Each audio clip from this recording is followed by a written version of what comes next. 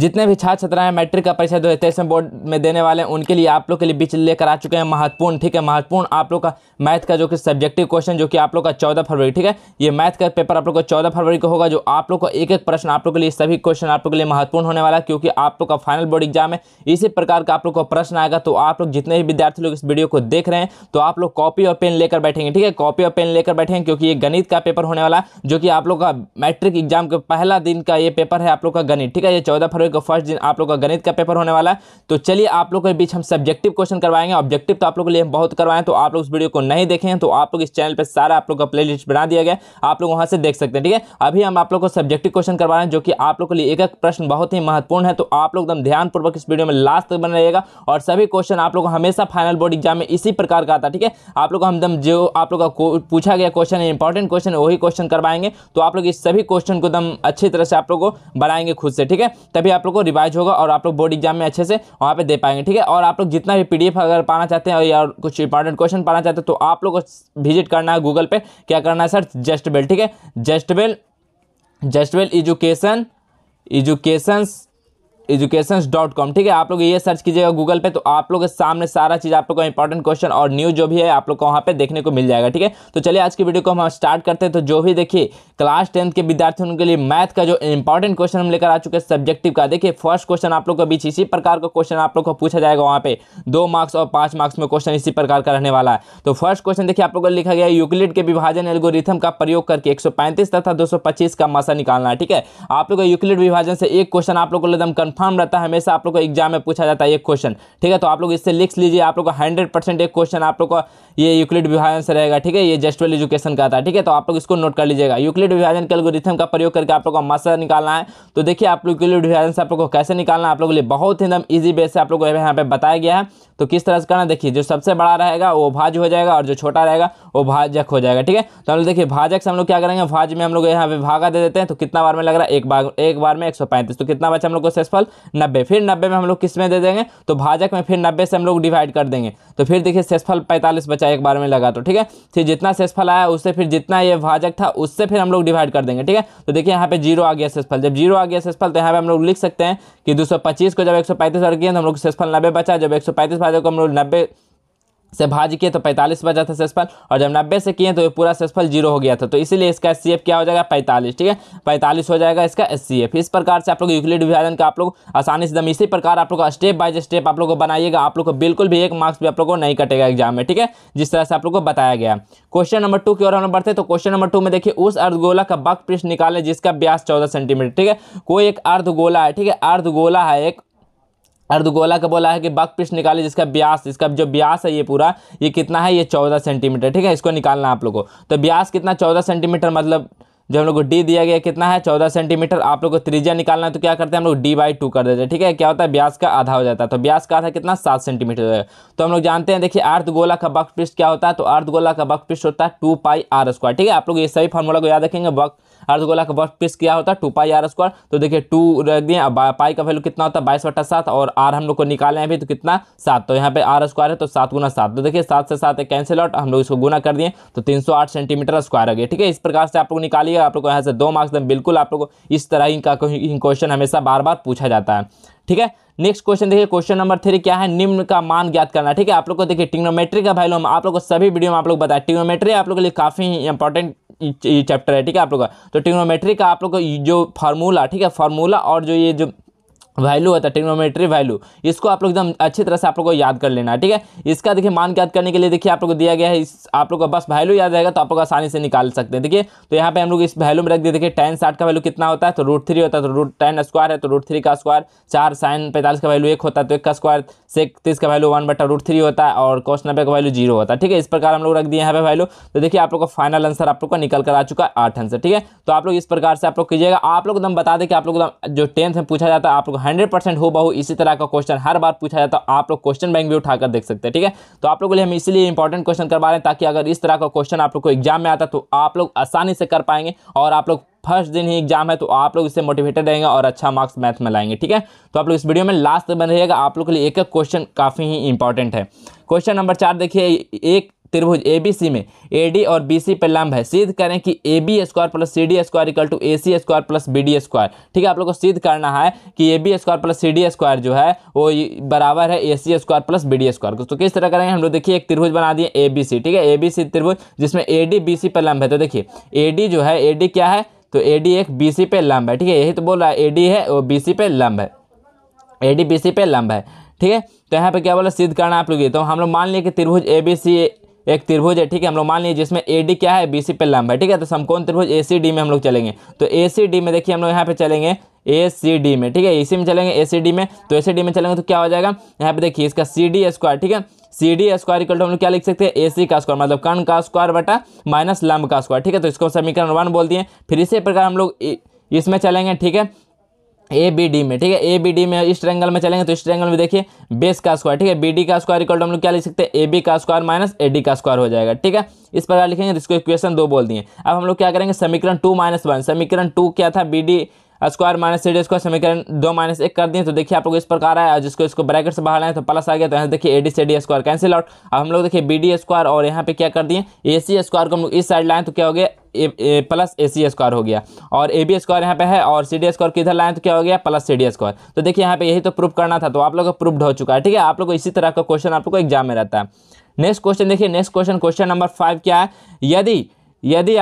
यदि 7 tan theta equal to 4 हो तो आप लोग को प्रूव करना 7 sin theta minus 3 sin theta बटा 7 sin theta plus 3 cos theta का आप लोग को मान ज्ञात करना। ठीक है, तो आप लोग देखिए tan थीटा आप लोग इस प्रकार दिया गया है। तो tan थीटा क्या होता है, तो tan थीटा क्या होता है, लंब बटा आधार। तो 7 को हम लोग इधर कर देंगे डिवाइड में, तो क्या हो गया, ये लंब हो गया, ये आधार हो गया। तो देखिए एक त्रिभुज बना दिए हैं, समकोण त्रिभुज। यहाँ पे देखिए लंब क्या हो जाएगा, तो लंब AB है तो ये 4 लिख दिए, और BC क्या है आधार, तो 7 लिख दिए। तो हम लोग पाइथागोरस प्रमेय से क्या किए, हम लोग इसको निकाल लिए कर्ण। ठीक है, तो पाइथागोरस प्रमेय से देखिए निकालें तो कर्ण हम लोग का निकल के आ गया 65। ठीक है, जब कर्ण निकल के आ गया तो हम लोग साइन और कॉस का वैल्यू निकाले। तो साइन क्या होता है, साइन होता है लंब बटा कर्ण, तो लंब 4 और कर्ण √65। ठीक है, cos थीटा क्या हो गया, तो आधार बटा कर्ण, तो आधार 7 और कर्ण कितना, √65। ठीक है, तो इसी प्रकार हम लोग देखिए प्रश्न से हम लोग चलते हैं। तो यहाँ पे इसमें वैल्यू आप लोग पुट करना है, साइन कॉस का वैल्यू, और आप लोग को यहाँ पे कैलकुलेशन करना है। तो आप लोग का जो आंसर आ जाएगा 1/60। ठीक है, तो आप लोग एकदम बिल्कुल आप लोग को बता दें कि आप लोग को इसी प्रकार का आप लोग का बोर्ड एग्जाम, ठीक है, फाइनल बोर्ड एग्जाम 10th के विद्यार्थियों के लिए इसी प्रकार का क्वेश्चन आप लोग का आएगा और आप लोग आसानी से वहाँ पे हल कर पाएंगे।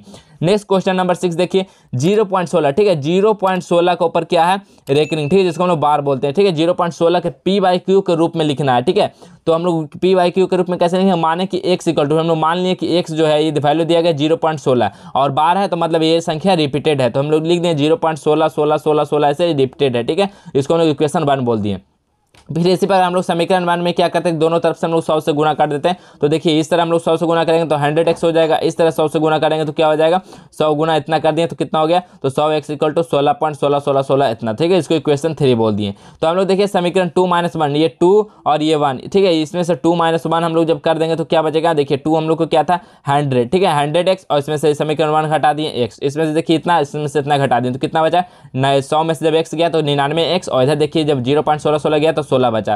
तो x को हम लोग रहने दिए और 99 को हम लोग इधर कर दिए तो कितना हो गया 16/99। तो x का वैल्यू हम लोग 16/99 आ गया। ठीक है, तो इसको हम लोग वैल्यू निकाल लिए। इसी प्रकार का क्वेश्चन आप लोग का आएगा। क्वेश्चन नंबर 7 की ओर बढ़ते हैं। देखिए आपको क्वेश्चन नंबर 7 क्या बोल रहा है कि एक लंबवृत्तीय शंकु की ऊंचाई, ठीक है, एक लंबवृत्तीय कोई शंकु है, उसका ऊंचाई 24 सेंटीमीटर। ठीक है, हाइट आप लोग को दिया गया कितना 24 सेंटीमीटर और आधार की त्रिज्या 7 सेंटीमीटर है। तो उसका आयतन की गणना करना है। ठीक है, तो उसका आयतन क्या हो जाएगा, ठीक है, शंकु का आयतन क्या होता है। तो ऊंचाई देखिए आप लोग को यहाँ पे लिख दिया गया, ऊंचाई आप लोगों को लिख दिया गया कितना 24 सेंटीमीटर और यहाँ पे देखिए आधार की त्रिज्या 7 सेंटीमीटर। ठीक है, तो सूत्र से हम लोग चलते हैं। तो शंकु का आयतन क्या होता है, तो शंकु का आयतन होता है 1/3 पाई r स्क्वायर एच होता है। ठीक है, शंकु का आयतन क्या होता है, तो 1/3 पाई r स्क्वायर एच होता है विद्यार्थी। ठीक है, तो इसी प्रकार 1/3 लिख दिया। पाई का वैल्यू कितना होता है 22/7 होता है और r का वैल्यू देखिए आप लोग को दिया गया था, आधार की त्रिज्या 7, तो 7 का स्क्वायर और हाइट आप लोग का 24 दिया गया। ठीक है, इसी प्रकार हम लोग कैलकुलेशन किया तो इसका जो आंसर निकल के आ गया वो 1232 आ गया। ठीक है, आप लोग इसको हल कर लिएगा, आप लोग को इसी तरह का आप लोग का आंसर आएगा और आयतन है तो सेंटीमीटर स्क्वायर हो जाएगा। ठीक है, तो इसका बिल्कुल ही करेक्ट आंसर हो जाएगा। चलिए नेक्स्ट क्वेश्चन देखिए। नेक्स्ट क्वेश्चन नंबर 8 है कि त्रिभुज ABC में भुजाएं AB तथा AC पर दो बिंदु D और E क्रमशः इस प्रकार है कि DE क्या है वो पैरेलल है BC का। देखिए आप लोग फिगर भी बनाया गया क्या है, जो एक त्रिभुज है जो डी क्या है वो पैरेलल है क्या BC का।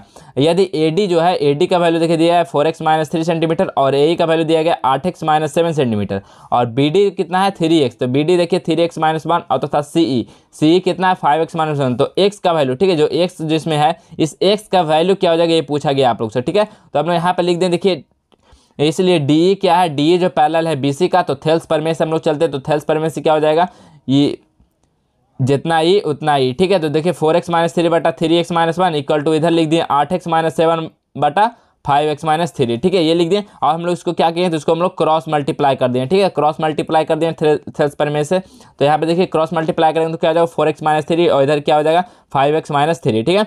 इसी प्रकार नेक्स्ट देखिए इधर जब क्रॉस मल्टीप्लाई करेंगे तो क्या हो जाएगा 8x - 7 और 3x - 1, ठीक है। तो इसी प्रकार देखिए आप लोग दोनों को हम लोग क्या किए, दोनों को हम लोग मल्टीप्लाई कर लिए, दोनों को ब्रैकेट हटा के, तो इस प्रकार का आप लोग को क्या निकल के आया, आप लोग को देखिए यहाँ पे एक इक्वेशन निकल के आएगा। इस इक्वेशन से हम लोग 2 कॉमन ले लिए तो 2x² - 1 आया, फिर हम लोग देखिए 2 को जब इधर कर दिए तो इधर 2 जब जाएगा 0 के साइड तो क्या हो जाएगा 0 हो जाएगा, तो इसका फिर हम लोग क्या किए गुणनखंड कर देते हैं, ठीक है। 2x² - 2x + 1 इसका गुणनखंड कर दिए, तो गुणनखंड करने के बाद आप लोग का 2 फैक्टर आया, x - 1 एक 2x + 1, ठीक है। तो x - 1 को हम लोग करेंगे तो क्या हो जाएगा 1 हो जाएगा और 2x + 1 को जब हम x का वैल्यू निकालेंगे यहाँ पे तो x का वैल्यू 1 - 1/2 हो जाएगा, ठीक है। तो आप लोग बहुत ही आसान क्वेश्चन आप लोग को पूछा जाता है, आप लोग इसी तरह का आप लोग का क्वेश्चन आएगा तो आप लोग इस तरह का आसानी से आप लोग वहाँ पे हल कर सकते हैं, ठीक है। आप लोग का कोई ज़्यादा टफ क्वेश्चन नहीं पूछा जाता है। तो जो भी विद्यार्थी लोग क्लास 10 के इस बार बोर्ड एग्जाम दे रहे हैं तो आप लोग जितना भी आप लोग को मैथ का क्वेश्चन बताया जा रहा है और सभी सब्जेक्ट का बताया जा रहा है आप लोग को उससे बाहर आने वाला नहीं है, ठीक है। आप लोग क्वेश्चन नंबर 9 देखिए, सिद्ध करें कि आप लोग का tan A - tan B बटा cot A + cot B equal to tan A × tan B, ठीक है। आप लोग को ये प्रूव करना है कि, ठीक है, कि इससे आप लोग को फाइंड आउट करके ये प्रूव करना है कि tan A × tan B करना है, ठीक है। तो हम लोग LHS लेकर चलते हैं, तो LHS क्या है, तो tan A - tan B बटा cot A + cot B, ठीक है। तो यहाँ पे देखिए tan A और cot को हम लोग क्या करेंगे साइन और cos के टर्म में चेंज करेंगे।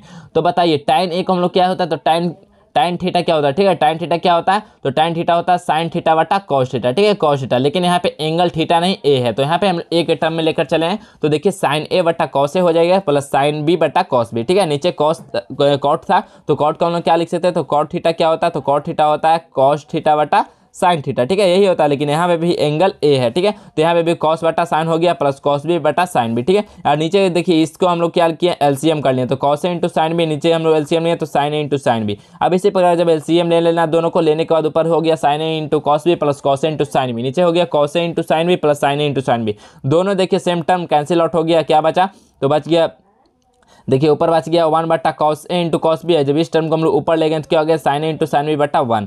अब देखिए जब ऊपर गया तो यहाँ पे क्या हो जाएगा, इसको हम लोग इस प्रकार लिख सकते हैं कि ये क्रॉस है, ठीक है, इस प्रकार हम लोग लिख सकते हैं sin A × cos A और × sin B बटा cos B, तो sin A × cos B क्या हो गया tan A और sin B × cos B क्या हो गया tan B, ठीक है। तो ये RHS निकल के आ गया, आप लोग को यही प्रूव करना था, ठीक है। तो आप लोग को ये प्रूव हो गया तो आप लोग का यही आंसर हो जाएगा, बिल्कुल करेक्ट आंसर, ठीक है। चलिए नेक्स्ट क्वेश्चन देखिए, नेक्स्ट क्वेश्चन नंबर 10 है कि एक त्रिभुज ABC के शीर्ष बिंदु A जो आप लोग को दिया गया है -3,0 और B जो दिया गया है वो 5,-2 है तथा C जो है वो -8,5 है। तो इस त्रिभुज के केंद्रक ज्ञात करना, ठीक है। तो इस त्रिभुज का आप लोग को केंद्रक ज्ञात करना है, केंद्रक ज्ञात करना है, ठीक है, कि केंद्रक क्या हो जाएगा, ठीक है, इस पॉइंट को ज्ञात करना है आप लोग को। तो केंद्रक का नियामक आप लोग जानते हैं कि केंद्रक का नियामक क्या होता है कि x1 x2 और x3 को जोड़कर और जितना टर्म है उससे हम लोग डिवाइड कर देंगे 3 से, ठीक है। और इसी प्रकार बाई टर्म निकालने के लिए क्या करते हैं, बाई 1 बाई 2 और बाई 3 जोड़ के 3 से हम लोग उसमें भी डिवाइड कर देते हैं, ठीक है। तो ये केंद्रक का नियामक हम लोग को निकल कर आ जाता है, ठीक है। तो केंद्रक का नियामक आप लोग को जहां भी एग्जाम में पूछेगा तो आप लोग को बस ये फॉर्मूला आप लोग को याद रखना, ठीक है। आप लोग को ये फॉर्मूला याद रखते हैं आप लोग को केंद्रक का आसानी से आप लोग निकाल लीजिएगा, ठीक है। तो देखिए हम लोग x1 x2 x3 का वैल्यू रख दिए तो -3 5 और -8 इस प्रकार से आप लोग को फिर बाई 1 बाई 2 बाई 3 का वैल्यू रख दिए और यहाँ से 2 को निकल के आ गया, तो इसका केंद्रक कितना निकल गया, तो -2,0, ठीक है। तो इसका केंद्रक क्या हो गया, तो ये केंद्रक हो गया -2,0, ठीक है, -2,1 सॉरी -2,1 इसका केंद्रक हो गया आंसर, ठीक है।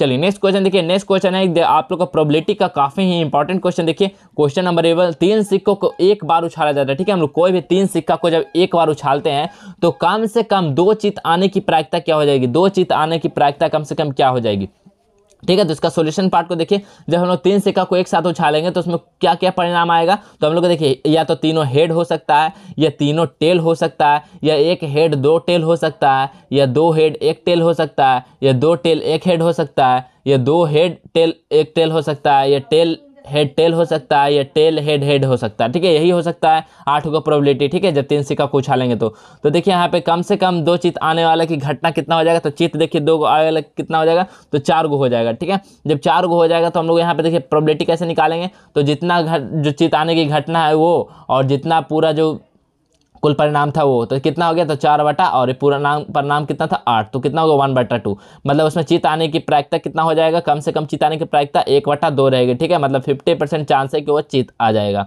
ठीक है। चलिए नेक्स्ट क्वेश्चन की ओर देखिए। नेक्स्ट क्वेश्चन द्विघात समीकरण का आप लोग को क्वेश्चन आया है कि क्वेश्चन नंबर 12 द्विघात बहुपद x² + 2x - 8 के शून्य ज्ञात करना, ठीक है, आप लोग को शून्य ज्ञात करना डियर, तो आप लोग को किस तरह से शून्य ज्ञात करना है, ठीक है। तो आप लोग देखिए, आप लोग इतना अगर यहाँ तक आप लोग वीडियो में बने होंगे तो आप लोग वीडियो में लास्ट तक बने रहिएगा, और वीडियो को जो विद्यार्थी लोग अभी तक लाइक नहीं किए वो लाइक कर लीजिएगा, और चैनल पर नए हैं तो सब्सक्राइब जरूर कर लीजिएगा, ठीक है। आप लोग के लिए जो जस्ट वेल एजुकेशन आप लोग के लिए सभी चीज़ आप लोग को फ्री ऑफ कॉस्ट आप लोग को प्रोवाइड कर रहा है, तो आप लोग इसका बेनिफिट आप लोग जरूर लीजिएगा, ठीक है।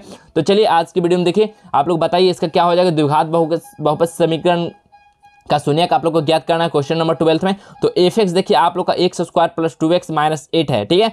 तो देखिए आप लोग यहाँ पे आप लोग को क्या करना है कि द्विघात व्यंजक से आप लोग को इसको कंपेयर करके a1 b2 और c का वैल्यू a और b और c का वैल्यू निकालिए। तो a यहाँ पे 1 हो गया, b का वैल्यू कितना हो गया, तो 2 हो गया, और c का वैल्यू -8 हो गया। तो हम लोग जानते हैं d का विविक्तर का फॉर्मूला क्या होता है, तो b² - 4ac होता है, ठीक है। तो b का वैल्यू, a का वैल्यू, c का वैल्यू, तीनों का वैल्यू दिया गया, आप लोग रखिएगा d का वैल्यू निकल गया। जब d का वैल्यू निकल हम लोग को शून्य निकालने बोला, ठीक है। तो शून्य निकालने के लिए हम क्या करेंगे, तो एक फॉर्मूला होता है, क्या होता है, -b + √d क्या है, एक विविक्तर है वहाँ पे, तो 2a, ठीक है। यहाँ से हम लोग निकालेंगे तो b का वैल्यू भी देखिए है, a का वैल्यू भी है, d का वैल्यू हम लोग अभी जस्ट निकालें, ठीक है। तो यहाँ से हम लोग निकाल लेंगे तो यहाँ से वैल्यू आप लोग को निकल के आ जाएगा मूल, ठीक है। तो यहाँ पे देखिए -2 निकल के आ गया, ये बिल्कुल इसका सही आंसर हो जाएगा, ठीक है। आप लोग को इसी प्रकार का आप लोग को स्टेप बाय स्टेप आप लोग को एग्जाम में बना के आना, ठीक है। आप लोग एकदम जितना लंबा हो मैथ को उतना आप लोग लंबा करना, वहाँ पे शॉर्ट में बिल्कुल भी नहीं बनाना है, ठीक है। चलिए नेक्स्ट क्वेश्चन देखिए, क्वेश्चन नंबर 13 सिद्ध करें कि sin² 5 degree plus sin² 85 degree plus sin² 10 degree plus sin² 80 degree equal to 2, ठीक है। आप लोग बहुत सारे विद्यार्थी सिद्ध करने को देखकर ही घबरा जाते हैं कि सिद्ध करना, इसको प्रूव करना, लेकिन आप लोग को इसमें कोई जान नहीं होता। आप लोग को जो सोल्यूशन करना रहता है उसी को आप लोग यहाँ पे कर देता है कि सिद्ध करना, आप लोग को सोल्यूशन भी कीजिएगा तो आप लोग का यही आंसर आने वाला, ठीक है। बहुत ईजी क्वेश्चन है, आप लोग इस तरह का पूछा तो आप लोग आसानी से वहाँ पे प्रूव कर सकते हैं। तो पहले इस तरह का क्वेश्चन आप लोग को एक साइड से लेकर चलना, तो हम लोग लेफ्ट हैंड साइड लेकर चलते हैं, ठीक है। तो यहाँ पे लेफ्ट हैंड साइड को उतार लिए, यहाँ पे देखिए आप लोग को क्या करना है, sin² 5 डिग्री है तो 90 - 85 करेंगे तो कितना 5 डिग्री आ जाएगा, और इस टर्म को हम लोग ऐसा ही रहने देंगे। फिर देखिए sin² 10 डिग्री को हम लोग चेंज कर दें, sin 90 - 80 करेंगे तो sin² 10 डिग्री आ जाएगा, और sin 80 को सही छोड़ दिए, ठीक है। जब सही छोड़ दिए तो देखिए sin 90 - थीटा क्या होता है, sin 90 - थीटा cos थीटा होता है, तो cos² 85 डिग्री हो गया, और ये sin 85 सही रहने दिए। नेक्स्ट देखिए sin² 90 - थीटा कितना हो जाएगा, तो cos² थीटा, तो cos² यहाँ पे क्या हो जाएगा 80 डिग्री हो गया, और यहाँ पे sin² 80 डिग्री को सही रहने दिए। तो देखिए sin² theta plus cos² theta का वैल्यू 1, यहाँ पे भी देखिए sin² theta plus cos² theta का वैल्यू 1, तो 1 और 1 कितना हो गया 2, ठीक है। तो यही प्रूव हो गया, बस आप लोग का कोई जान नहीं है क्वेश्चन में। आप लोग को देखिए कितना इजी क्वेश्चन था, आप लोग प्रूव भी कीजिएगा तो आप लोग को 2 ही आंसर आने वाला।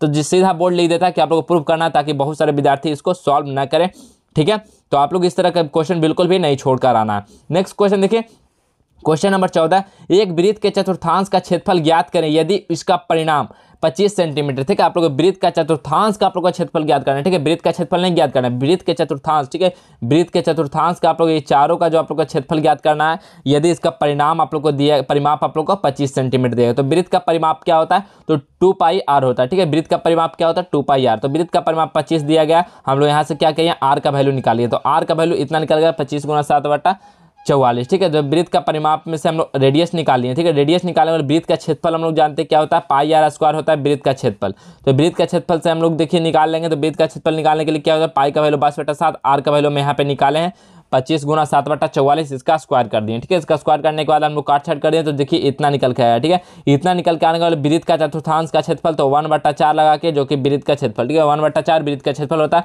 तो 1/4 वृत्त का क्षेत्रफल हम लोग को देखिए इतना बचा 25 × 25 × 7, बट नीचे बचा 44 × 2, ठीक है। इसको हम लोग कैलकुलेशन किए तो यहाँ पे वृत्त के चतुर्थांश का क्षेत्रफल निकल के आ गया 4375/352 सेंटीमीटर स्क्वायर, इसका सही आंसर हो गया, ठीक है। तो देखिए आज का लास्ट क्वेश्चन जो कि आप लोग इस वीडियो में बताने जा रहे हैं, जो कि क्वेश्चन नंबर 15 है, ठीक है। तो ये देखिए क्वेश्चन नंबर 15 है, दो पासों को एक बार फेंका जाता है तो दोनों पर सम संख्याएं आने की प्रायिकता ज्ञात करना। ठीक है, अगर दो पासों को हम लोग एक बार फेंकते हैं तो दोनों पासों पर सम आने की प्रायिकता क्या हो जाता है। देखिए जब हम लोग दो पासों को एक साथ फेंकेंगे तो क्या क्या परिणाम आएगा, तो यहाँ पे देखिए वो या तो वो 6-1 आएगा, या 6-2 आएगा, या 6-3, 6-4, 6-5, या 6-6 आएगा। इसी प्रकार देखिए ये पूरा 36, ठीक है, 36 परिणाम आएगा अगर दो पासों को हम लोग एक साथ फेंकते हैं तो। ठीक है, तो इस प्रकार का परिणाम आएगा। तो हम लोग यहाँ पे लिख दिए, ठीक है, यहाँ पे जो सम संख्या आने की प्रायिकता, तो इसमें सम संख्या कब कब आ रहा है, तो देखिए सम संख्या 6-2 होगा, 6-4 आ सकता है, या 6-6 आएगा, या 4-2 आएगा, या 4-4 आएगा, या 4-6 आएगा, या 2-2 आएगा, या 2-4 आएगा, या 2-6 आएगा। इसके अलावा देखिए सम संख्या कोई नहीं है। तो ये क्या है, नो टर्म जो है वो नो गो है, सम संख्या आने की प्रायिकता है। ठीक है, तो हम यहाँ पे लिख दिए कि प्रायिकता निकालने के लिए हम यहाँ पे क्या करते हैं, प्रायिकता निकालने के लिए पी इक्वल टू क्या करते हैं, एनी बटा एनएस। एनी क्या है, जो कितना सम संख्या है, तो 9 सम संख्या है, टोटल कितना परिणाम 36 है, तो कितना है 1/4, मतलब 25% आप लोग का यहाँ पे प्रोबेबिलिटी है कि आप लोग का पासा दो को जब फेंकेंगे तो हम लोग को सम संख्या आने का चांस रहेगा 25%। ठीक है, तो आप लोग इस प्रकार से आप लोग प्रोबेबिलिटी का क्वेश्चन को आप लोग को सॉर्ट आउट करना। आप लोग को कोई हार्ड क्वेश्चन नहीं पूछा जाता, आप लोग को इसी तरह का क्वेश्चन पूछा जाता है, और इसी तरह का क्वेश्चन में बहुत सारे विद्यार्थी लोग कंफ्यूज हो जाते हैं और इसको छोड़कर चले आते हैं। ठीक है, तो आप लोग को इस तरह का क्वेश्चन बिल्कुल भी नहीं छोड़ना, इसलिए आप लोग को इस तरह का क्वेश्चन हम करवा रहे हैं। तो आप लोग डेली लाइव क्लास को ज्वाइन कर लीजिएगा, क्योंकि आपको लिए अब काफ़ी कम समय बचा है, तो आप लोग के लिए काफ़ी ही हेल्पफुल होने वाला है। ठीक है, आना चाहते हैं, इंपॉर्टेंट क्वेश्चन पाना चाहते हैं, पढ़ना चाहते हैं, तो आप लोग गूगल में सर्च कर लेना है क्या, जस्टवेल एजुकेशन। ठीक है, justwelleducations.com। ठीक है, आप लोग justwelleducations.com आप लोग जैसे ही सर्च कीजिएगा तो आप लोग के सामने ये सभी आप लोग का PDF दिख जाएगा, आप लोग वहां से डाउनलोड कर सकते हैं और पढ़ सकते हैं। ठीक है,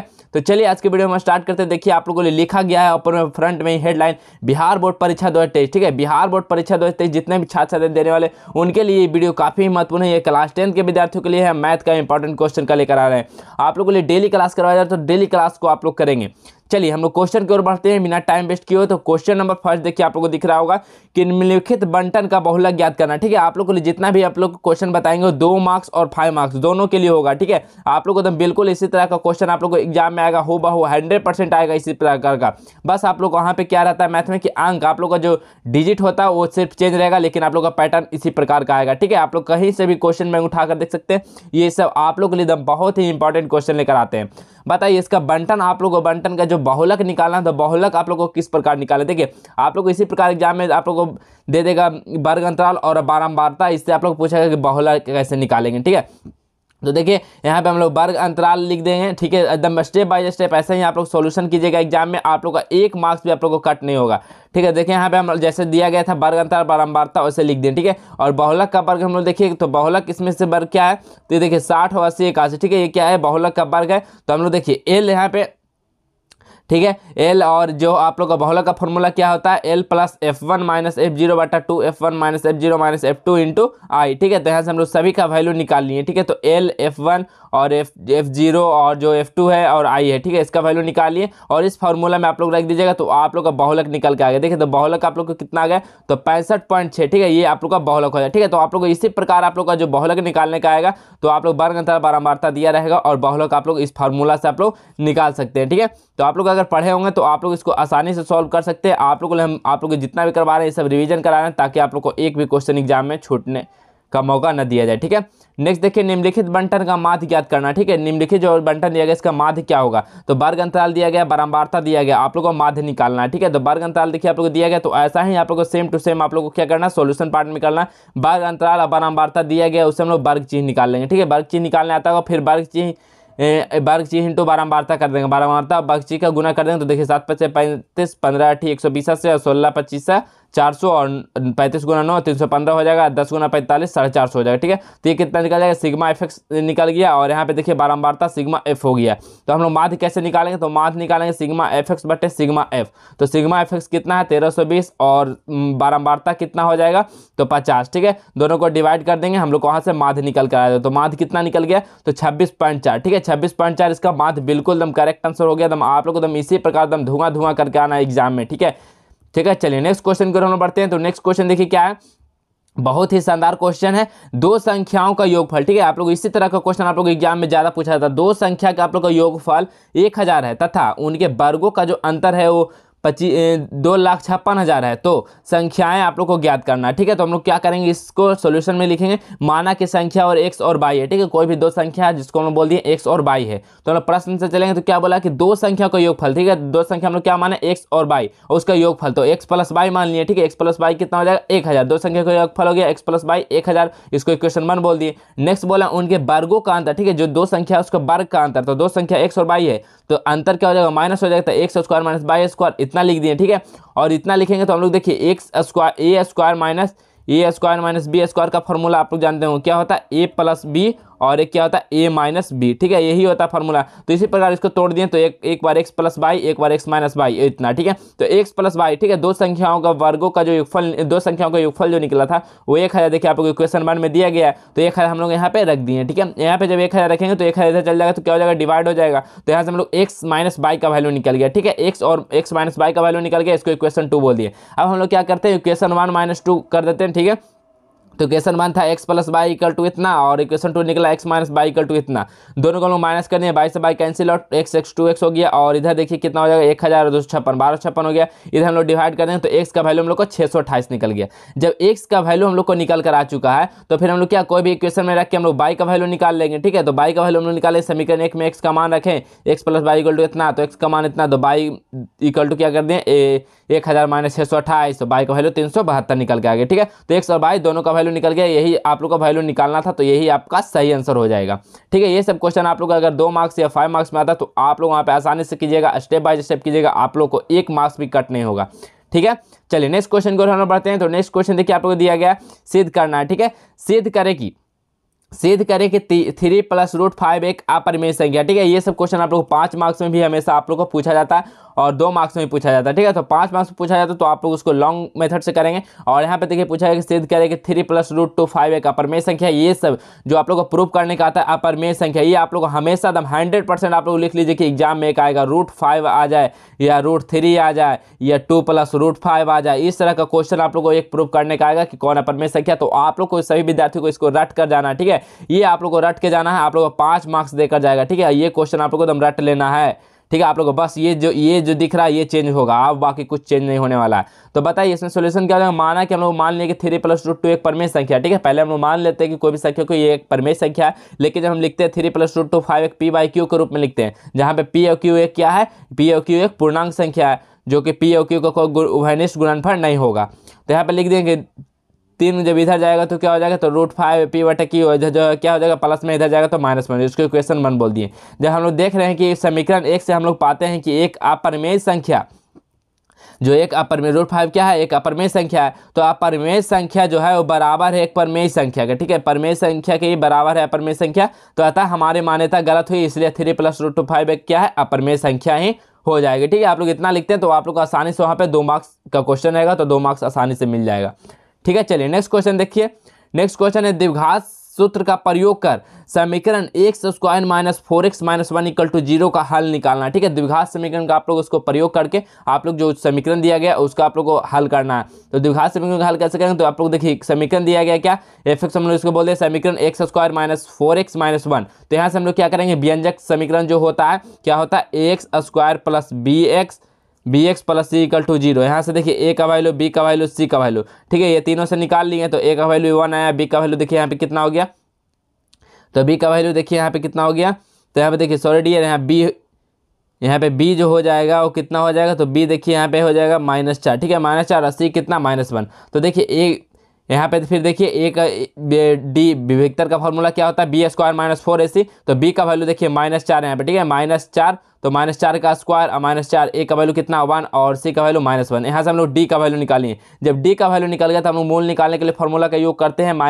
minus B plus minus under root d बटा 2 है। ठीक है, ये फार्मूला को लगाते हैं मूल निकालने के लिए। देखिए यहाँ पे फार्मूला रखा गया है और डी का वैल्यू हम लोग अभी निकाले हैं 20। ठीक है, तो यहाँ पे देखिए बी का वैल्यू -4 और एक माइनस पहले से प्लस माइनस आप लोग कर सकते हैं इसका कैलकुलेशन, और डी का वैल्यू रूट 20, तो यहाँ पे देखिए रूट 20 हो जाएगा, 2 इंटू ए का वैल्यू 1। तो यहाँ से देखिए कैलकुलेशन किए, उसका मूल निकल के आ गया, एक बार प्लस में एक बार माइनस में क्या आया 2 प्लस रूट 5, एक बार क्या आया 2 माइनस √5, ठीक है। तो यही उसका मूल निकल के आ गया द्विघात समीकरण। तो इसका करेक्ट आंसर यही हो जाएगा, ठीक है।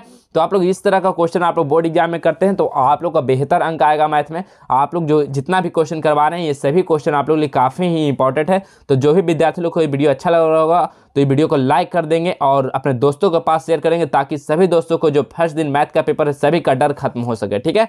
तो चलिए आज की नेक्स्ट क्वेश्चन की ओर हम बढ़ते हैं। तो नेक्स्ट क्वेश्चन देखिए क्या है, एक समांतर श्रेणी का चौथा पद, ठीक है, एक समांतर श्रेणी को है जिसका चौथा पद 11 है, इसके 5वें तथा 7वें पदों का योग 34 है, तो इसका सर्वांतर आप लोग को ज्ञात करना है, ठीक है। इसका जो डी जो वैल्यू होता है वो निकालना है आप लोग को।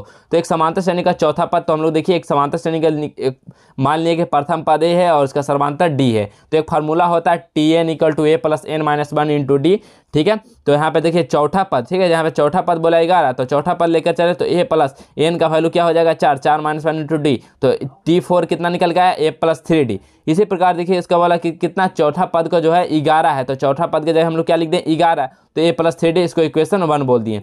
नेक्स्ट इसके 5वें तथा 7वें पदों का योग 34 है। तो नेक्स्ट देखिए चले हैं T5 = हम लोग क्या किए a + 5वां पद, तो 5वां पद 5 - n के जगह हम लोग क्या कर दिए 5, 5 - 1, तो यहाँ देखिए T 5वां पद निकल के आ गया T5 = a + 4d। और T 7वां पद के लिए हम लोग चलेंगे तो क्या करेंगे n के जगह हम लोग 7 रखेंगे, तो T7 का वैल्यू हम लोग निकल के आ जाएगा a + 6d। तो हम लोग देखिए प्रश्न से हम लोग चलेंगे तो क्या करेंगे तीनों को हम लोग ऐड कर लेंगे, ठीक है। तो a + 4d + a + 6d, ठीक है, = 34, ठीक है। दोनों का योग कितना है 34 है। तो हम लोग देखिए दोनों का ऐड करें तो a कितना हो जाएगा 2a और 6d और 4d हो जाएगा 10d = 34। ये भी इक्वेशन, इसको हम लोग 2 बोल दिए। तो इक्वेशन 1 में हम लोग 2 से गुना करेंगे और उसको घटा देंगे इक्वेशन 2 में, ठीक है। तो इक्वेशन 1 में जब 2 से गुना करेंगे तो इधर कितना हो जाएगा 11 की जगह 22 हो जाएगा और a की जगह 2a हो जाएगा और 3d की जगह 6d हो जाएगा। और नेक्स्ट इक्वेशन 2 देखिए क्या हो जाएगा, तो 34, यहाँ पे देखिए 34 = 2a + 10d, तो 2a से 2a क्या हो जाएगा कैंसिल आउट, यहाँ पे देखिए माइनस हो जाएगा, तो क्या हो जाएगा 22 - 34 कितना हो जाएगा -12, और यहाँ पे देखिए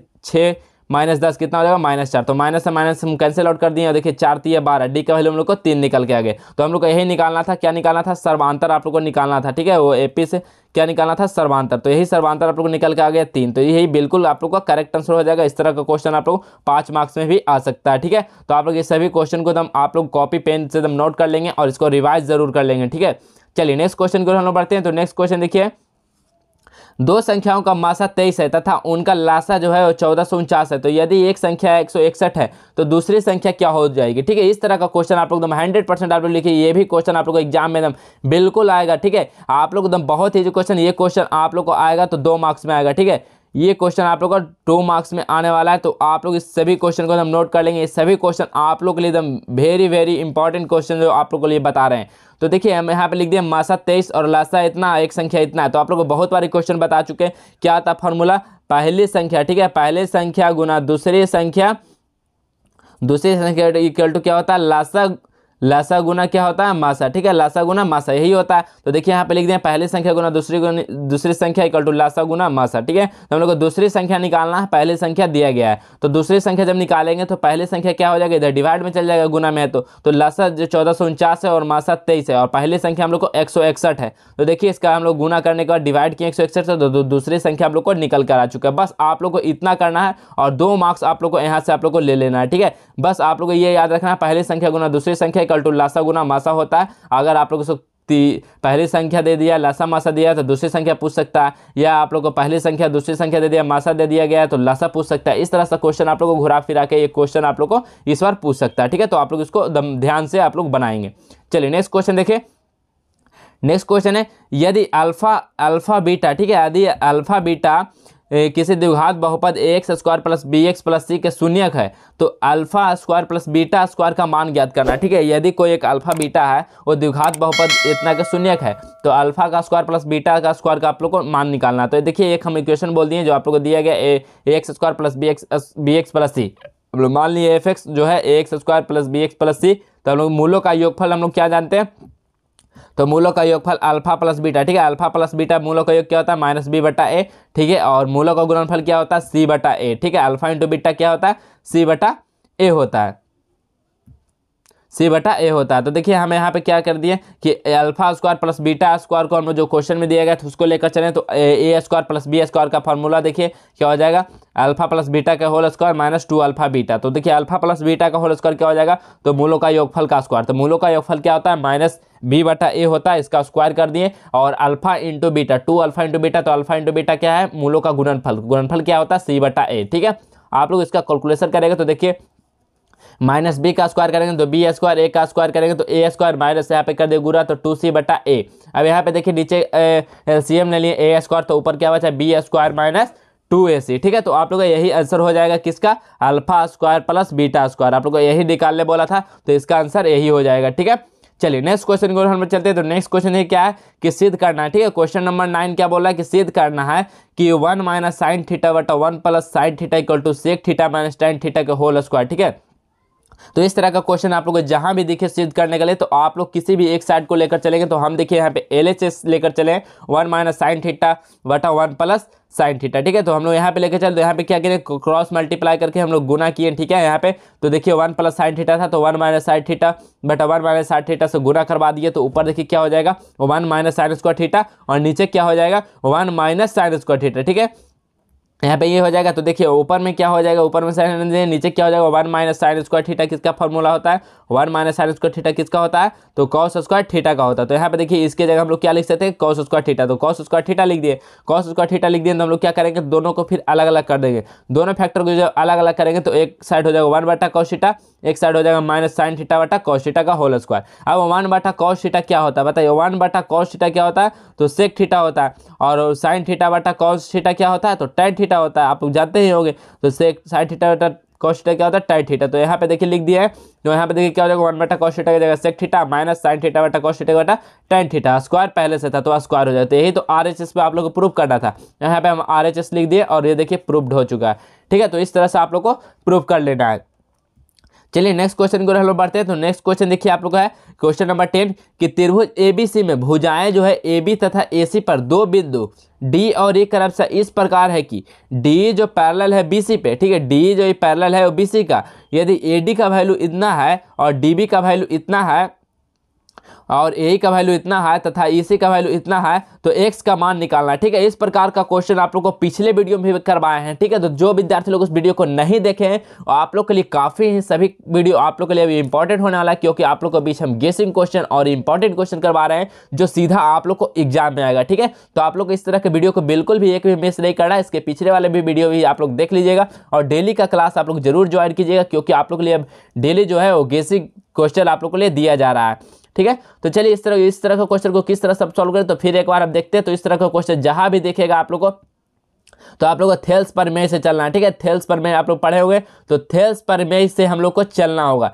तो यहाँ पे देखिए फिगर बना लिए, AD का वैल्यू इतना है, DB का वैल्यू इतना है, AE का वैल्यू इतना है, और EC का वैल्यू इतना है। तो x का वैल्यू आप लोग को लिए पूछा गया है। तो हम लोग थेल्स प्रमेय से जब चलेंगे तो देखिए थेल्स प्रमेय क्या कहता है, AD जो है AD बटा DB जो इक्वल है किसका, AE बटा EC का। ठीक है, तो ऐसा ही कर दिए, AD बटा DB और AE बटा EC। तो AD का वैल्यू आप लोग देखिए 7x माइनस 4, और यहाँ पे देखिए DB का वैल्यू कितना है 3x plus 4 equal to AE का वैल्यू देखिए कितना है 5x माइनस 2, और EC का वैल्यू कितना है 3x। तो यहाँ पे हम लोग रखने के बाद देखिए क्रॉस मल्टीप्लाई करवा दिए। तो क्रॉस मल्टीप्लाई करवाने के बाद आप लोग का जो इक्वेशन बन जाएगा, तो क्रॉस मल्टीप्लाई देखिए तो 7 या 21 x स्क्वायर हो गया, माइनस 4 या 12x, इधर का काम खत्म। अब इधर से हम लोग चलते हैं इसको, तो कितना हो जाएगा देखिए 5 या 15x स्क्वायर माइनस कितना हो जाएगा, तो यहाँ पे देखिए 3 दूनी 6x, और इसके साथ करेंगे तो 5 चौका 20x माइनस कितना हो जाएगा 4 दूनी 8। ठीक है, माइनस 8 हो गया।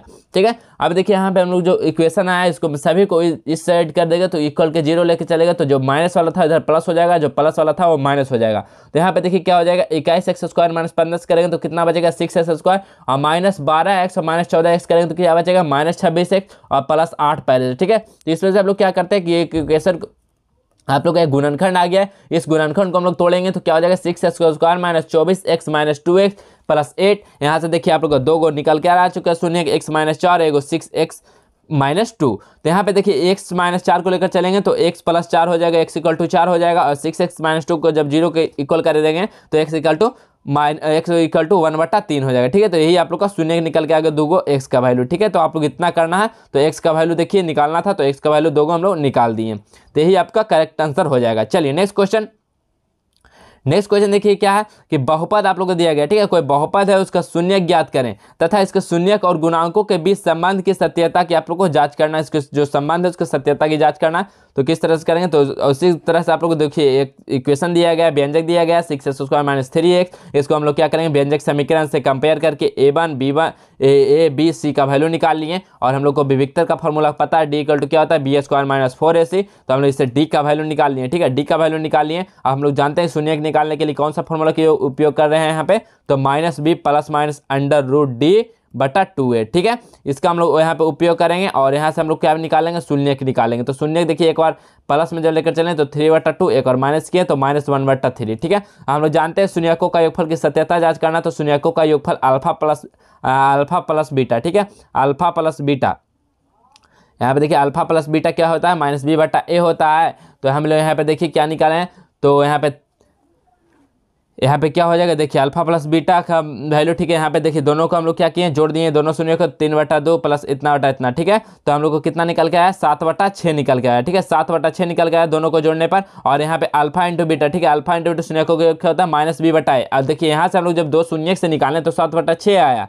ठीक है, और जब हम लोग -b/a डायरेक्टली हम लोग इससे निकालते हैं -b/a से, तो क्या होता है, -b/a होता है। तो देखिए माइनस एक पहले से, और b का वैल्यू -7 और a का वैल्यू 6, तो यहाँ से भी क्या निकला, 7/6। ठीक है, इस तरह से भी 7/6, और हम लोग शून्य जो निकाले शून्य से भी 7/6। तो इसलिए हम लिख दिए कि जो शून्यांकों का योगफल है, और वो जो इसका जो शून्यक है उसको जो इक्वल है। ठीक है, तो इसके सत्यता जांच करना था, तो हम लोग कर दिए, तो प्रूफ लिख देंगे। ठीक है, इस तरह का क्वेश्चन आप लोग 5 मार्क्स में बना सकते हैं एग्जाम में। नेक्स्ट क्वेश्चन देखिए, क्वेश्चन नंबर 12 क्या है, 1.8 के बार को p/q के रूप में बदलना है। देखिए इस तरह का क्वेश्चन आप लोग कल भी कराए। ठीक है, आप लोग जितना भी क्वेश्चन आप लोग करवाएंगे, आप लोग को बहुत सारा क्वेश्चन ऐसा दिखेगा जो रिपीटेड क्वेश्चन रहेगा। ठीक है, क्योंकि आप लोग को जो ज्यादा चांस रहता है कि आप लोग का वही सब क्वेश्चन ही एग्जाम में पूछा जाता है, 100% चांस रहेगा। ठीक है, आप लोग का क्वेश्चन का जो पैटर्न रहता है बिल्कुल आप लोग का सेम रहेगा। कल का वीडियो में क्या कर रहे थे, 0.16 का बार था। ठीक है, यहाँ पे क्या है, 1.8 का रेकरिंग है। ठीक है, तो इस प्रकार का आप लोग को क्वेश्चन, बस आप लोग को अंक चेंज मिलेगा, लेकिन क्वेश्चन का पैटर्न बिल्कुल सेम रहेगा। तो यहाँ पे देखिए इसको हम लोग किस तरह से सॉल्यूशन करेंगे, तो 1.8 को हम लोग क्या लिखेंगे, जिसके ऊपर जो बार रहता है उसको हम लोग क्या, मतलब वो रिपीटेड संख्या होता है। ठीक है, वो क्या होता है, वो रिपीट संख्या होता है। तो यहाँ पे क्या लिख दिए, 1.888 कितना भी हो सकता है। ठीक है, क्योंकि ये बार में है, तो हम लोग मान लिए कि कोई संख्या x है जो इतना है, तो इसको हम लोग इक्वेशन 1 बोल देंगे। और समीकरण 1 में हम लोग क्या करेंगे, जो ये समीकरण 1 माने हैं, इसमें हम लोग क्या करेंगे, दोनों तरफ में अगर 1.8 में है तो 10 से गुना करेंगे, अगर वो 0 पॉइंट कुछ डिजिट में है तो उसमें हम लोग 100 से गुना करेंगे। ठीक है, आप लोग को ये याद रखना है। तो उसमें हम लोग क्या किए थे, 100 से गुना किए थे, लेकिन इसमें 1.8 है तो हम लोग 10 से गुना कर देंगे दोनों साइड। तो क्या हो जाएगा, 10x = 10 इंटू 1.88 हो जाएगा। तो यहाँ पे क्या हो जाएगा, 10x = जब 10 को हम लोग इसमें गुना करेंगे तो क्या हो जाएगा, 18.888 इतना। इक्वेशन इसको हम लोग 2 बोल देंगे। तो क्या करेंगे, इक्वेशन 2 से इक्वेशन 1 को हम लोग घटा देंगे। तो इक्वेशन 2 कितना था, 10x, और इक्वेशन 1 कितना x है, तो हम लोग इसको घटा देंगे, और इधर कितना 18.88 इतना है, और इक्वेशन 1 में कितना 1.88, इसको घटा देंगे तो कितना बचेगा, देखिए 10 में से जब x जाएगा तो 9x बचेगा, और जब 18 पॉइंट इतना में से 1.888 जाएगा तो कितना बचेगा, 17 बचेगा। तो देखिए यहाँ पे क्या हो जाएगा, 9x = 17 हम लोग को निकाल के आ गया। और x का वैल्यू निकालना, तो x = क्या कर देंगे, 9 को हम लोग डिवाइड में कर देंगे तो 17/9 आ जाएगा। तो ये बिल्कुल सही आंसर हो जाएगा। देखिए आप लोग को इस प्रकार के आप लोग को यहाँ पे क्या करना है, तो आप लोग को जो p/q के रूप में आप लोग को लिख देना। तो p/q के रूप में तो आ गया, देखिए 17/9, ये क्या है, ये p/q के रूप में पूर्णांक में आ गया। ठीक है, चलिए नेक्स्ट क्वेश्चन की ओर हम लोग चलते हैं। तो नेक्स्ट क्वेश्चन देखिए आप लोग को प्रूफ करना है, जो कि इस क्वेश्चन में आप लोग को कोई भी जान नहीं है। ठीक है, आप लोग एकदम बहुत ही आसानी से कर सकते हैं। ठीक है, आप लोग को ट्रिग्नोमेट्री वैल्यू नहीं याद है, फिर भी आप लोग कर सकते हैं इसको आसानी से। कैसे, तो देखिए सिद्ध करें कि tan 48 degree into tan 23 degree into tan 42 degree into tan 67 degree = 1 है। ठीक है, 1 आप लोग को प्रूफ करना है। तो हम लोग क्या बोले कि अगर जहां भी प्रूफ करना तो आप लोग को एक साइड लेकर चलना होगा। तो हम लोग LHS से लेकर चल रहे हैं। तो देखिए tan 48 tan 23 tan 42 tan 67, तो हम लोग क्या करेंगे, tan 48 tan 42 इस तरह से हम लोग अरेंज कर लेंगे, दोनों को मिलाने पे 90 हो जाए। ठीक है, तो देखिए दोनों को मिलाने पे अरेंज कर लेंगे 90 हो जाए। और यहाँ पे क्या किए हम लोग, tan 48 को क्या कर दिए, 90 - 42 करेंगे तो क्या हो जाएगा, 48 डिग्री आ जाएगा। ठीक है, 90 में से 42 घटाएंगे तो क्या 48 डिग्री आ जाएगा। तो 90 - थीटा कर दिए, और tan 42 को ऐसा ही रहने दिए। इसमें भी एक टर्म को चेंज कर दिए तो tan 90 माइनस 67 डिग्री करेंगे तो tan 23 डिग्री आ जाएगा, और एक टर्म को ऐसा ही रहने देंगे। तो देखिए tan 90 माइनस थीटा क्या होता है, tan 90 माइनस थीटा क्या होता है, cot थीटा, तो cot 42 डिग्री हो जाएगा इंटू tan 42 एक पहले से है, और इसी प्रकार tan 90 माइनस थीटा यहाँ पे क्या हो जाएगा, तो cot 67 डिग्री हो जाएगा, और tan 67 पहले से है। तो ये देखिए आप लोग का क्या हो जाएगा, तो आप लोग जानते होंगे क्या होता है कि cot theta into tan theta equal to 1 होता है, ठीक है, आप लोग ये तो जानते ही होंगे। तो यहाँ पे देखिए cot theta into tan theta का वैल्यू 1 हो गया, और यहाँ पे भी देखिए cot theta into tan theta का वैल्यू 1 हो गया। जब 1 गुना 1 करेंगे तो हम लोग का आंसर तो 1 ही आएगा, तो प्रूफ भी करना है 1 ही, तो हम लोग इसको लिख दिए RHS, ठीक है। आप लोग को यही प्रूफ करना है, तो यही आपका बिल्कुल सही आंसर हो जाएगा। आप लोग इस तरह का करके आता तो आप लोग का 2 मार्क्स एकदम पक्का आप लोग ये क्वेश्चन आएगा एग्जाम में, और आप लोग सभी विद्यार्थी लोग क्वेश्चन को कर आएंगे, ठीक है।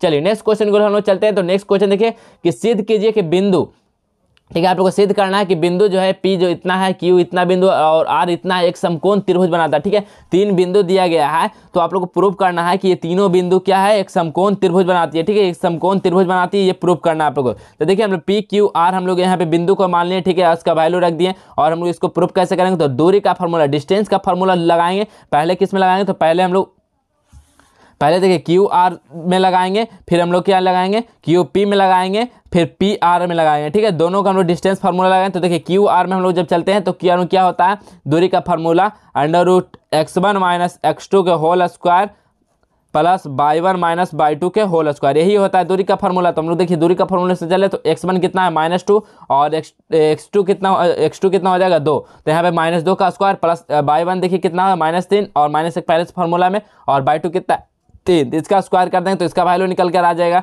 इसी प्रकार नेक्स्ट देखिए QP, ठीक है, QP हम लोग निकालेंगे तो इसका भी दूरी फार्मूला से, फिर वो दोनों दूरी में चलेंगे तो इसका वैल्यू भी निकल के आ गया 5√2, ठीक है। नेक्स्ट देखिए इसी प्रकार PR का वैल्यू जब निकालेंगे तो PR का वैल्यू भी हम लोग निकल के आ गया √2। अब हम लोग समकोण त्रिभुज ये प्रूव करना है, तो कैसे करेंगे, तो हम लोग जानते हैं समकोण त्रिभुज क्या करेंगे, QR square equal to PQ square plus PR, ठीक है। जो है वो एक भुजा जो है, दोनों भुजा का जो मिलाने पे वो दोनों सेम हो जाएगा तो समकोण त्रिभुज हो जाएगा, ठीक है, मतलब 2 भुजा सेम होगा तो समकोण त्रिभुज हो जाएगा।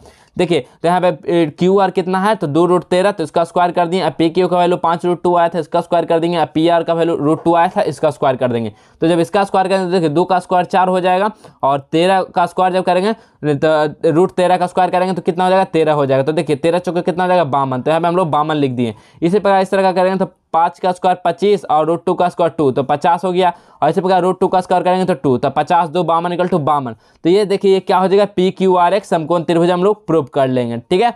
जब 2 भुजा सेम हो जाएगा तो समकोण त्रिभुज हो जाएगा, ठीक है। तो ये देखिए बिल्कुल सही प्रूव हो चुका है। नेक्स्ट क्वेश्चन देखिए जो कि आप लोगों के लिए लास्ट क्वेश्चन ही होने वाला।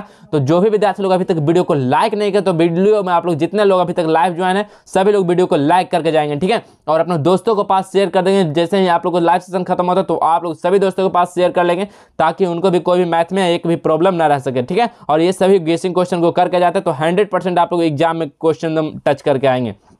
बताइए क्वेश्चन नंबर 15 जो है, एक अर्धवृत्ताकार पार्क का जो क्षेत्रफल आप लोग को ज्ञात करना है, जिसका परिमाप आप लोग को दिया गया है 360 मीटर उसका परिमाप है, और उस जो अर्धवृत्ताकार पार्क है उसका आपको क्षेत्रफल ज्ञात करना है। तो अर्धवृत्त का परिमाप क्या होता है, बताइए अर्धवृत्त का परिमाप क्या होता है, पाई +2 × r होता है, ठीक है, पाई +2 × r होता है। तो यहाँ पे देखिए हम लोग अर्धवृत्त का परिमाप दिया गया है 360, तो 360 मीटर दिया गया तो 360 मीटर लिख दिए, और पाई का वैल्यू कितना होता है 22/7, और 2 हम लोग को ऐसा ही रह जाएगा × r। हम लोग तो यहाँ से r का वैल्यू निकाल लेंगे। तो r का वैल्यू कैसे निकालेंगे, तो देखिए ये दोनों का LCM कर लिए तो हम लोग 36/7 आया, और जब इस साइड भेजेंगे तो क्या हो जाएगा 7 ऊपर 36 नीचे, तो 36 से 360 कट जाएगा 10 बार में, तो r का वैल्यू हम लोग यहाँ से 70 निकल के आ जाएगा, ठीक है। जब r का वैल्यू 70 निकल के आ गया तो हम लोग जानते हैं वृत्ताकार पार्क का क्षेत्रफल क्या हो जाएगा, ठीक है। वृत्ताकार पार्क का क्षेत्रफल क्या हो जाएगा, πr स्क्वायर, ठीक है। क्या होता है वृत्त का, आप लोग जानते हैं वृत्त का क्षेत्रफल भी क्या होता है πr स्क्वायर। तो यहाँ पे क्या वृत्ताकार पार्क ही है तो वृत्त ही हम लोग मान लेते हैं, तो वृत्त का क्षेत्रफल क्या होता है πr स्क्वायर होता है। तो पाई का वैल्यू 22/7, r का वैल्यू हम लोग देखिए अभी निकाले 70, तो 70 × 70,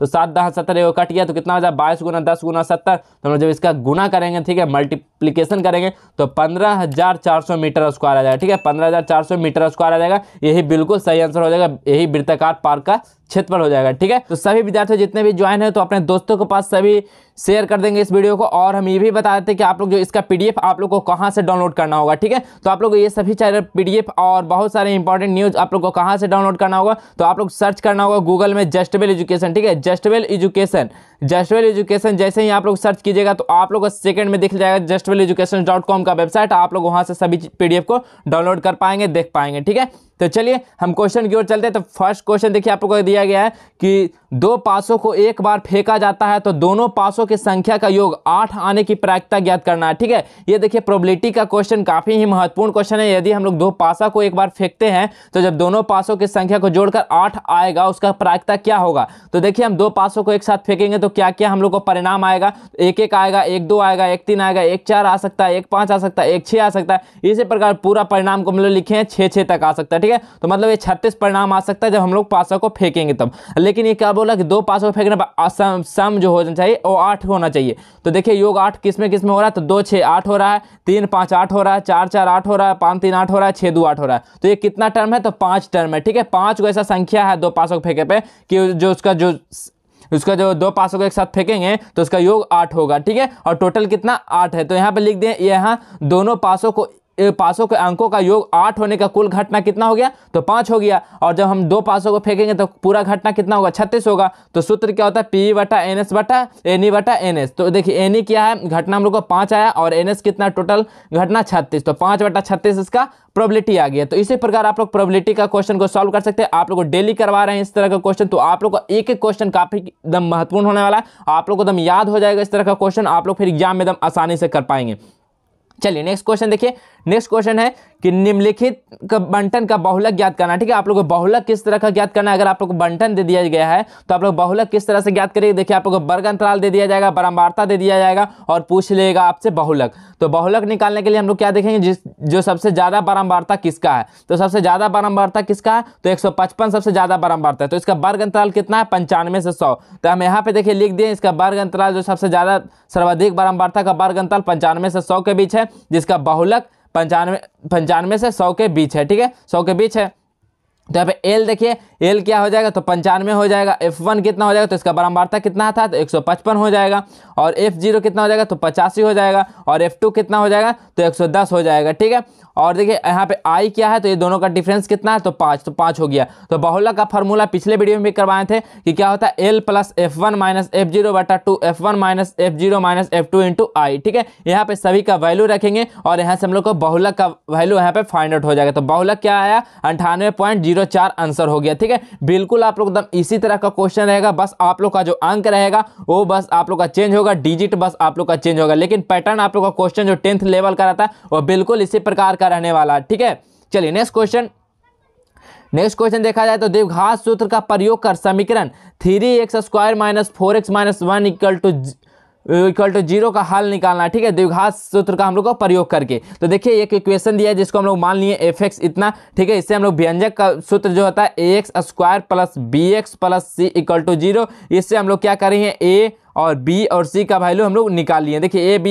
c का कंपेयर करके निकालें तो a 3 और b का वैल्यू देखिए यहाँ पे कितना जाएगा, -4 और c का वैल्यू -1। इसी प्रकार निकालिए। फिर हम लोग विविक्तर का फॉर्मूला जानते हैं क्या होता है, d इक्वल टू क्या होता है, b² माइनस 4ac होता है। तो यहाँ पे देखिए b का वैल्यू, a का वैल्यू, c का वैल्यू, तीनों का वैल्यू रखेंगे तो d हम लोग का विविक्तर निकल कर आ चुका 28। जब विविक्तर निकल गया तो हम लोग मूल निकालने के लिए एक फॉर्मूला का उपयोग करते हैं विविक्तर द्वारा। कैसे, तो -b प्लस माइनस √d क्या है, यहाँ पे विविक्तर है बटा 2 है। ठीक है, तो यहाँ से b का वैल्यू भी है, a का वैल्यू पता है, d का भी वैल्यू पता है। तो यहाँ से हम सभी वैल्यू पुट कर दिए।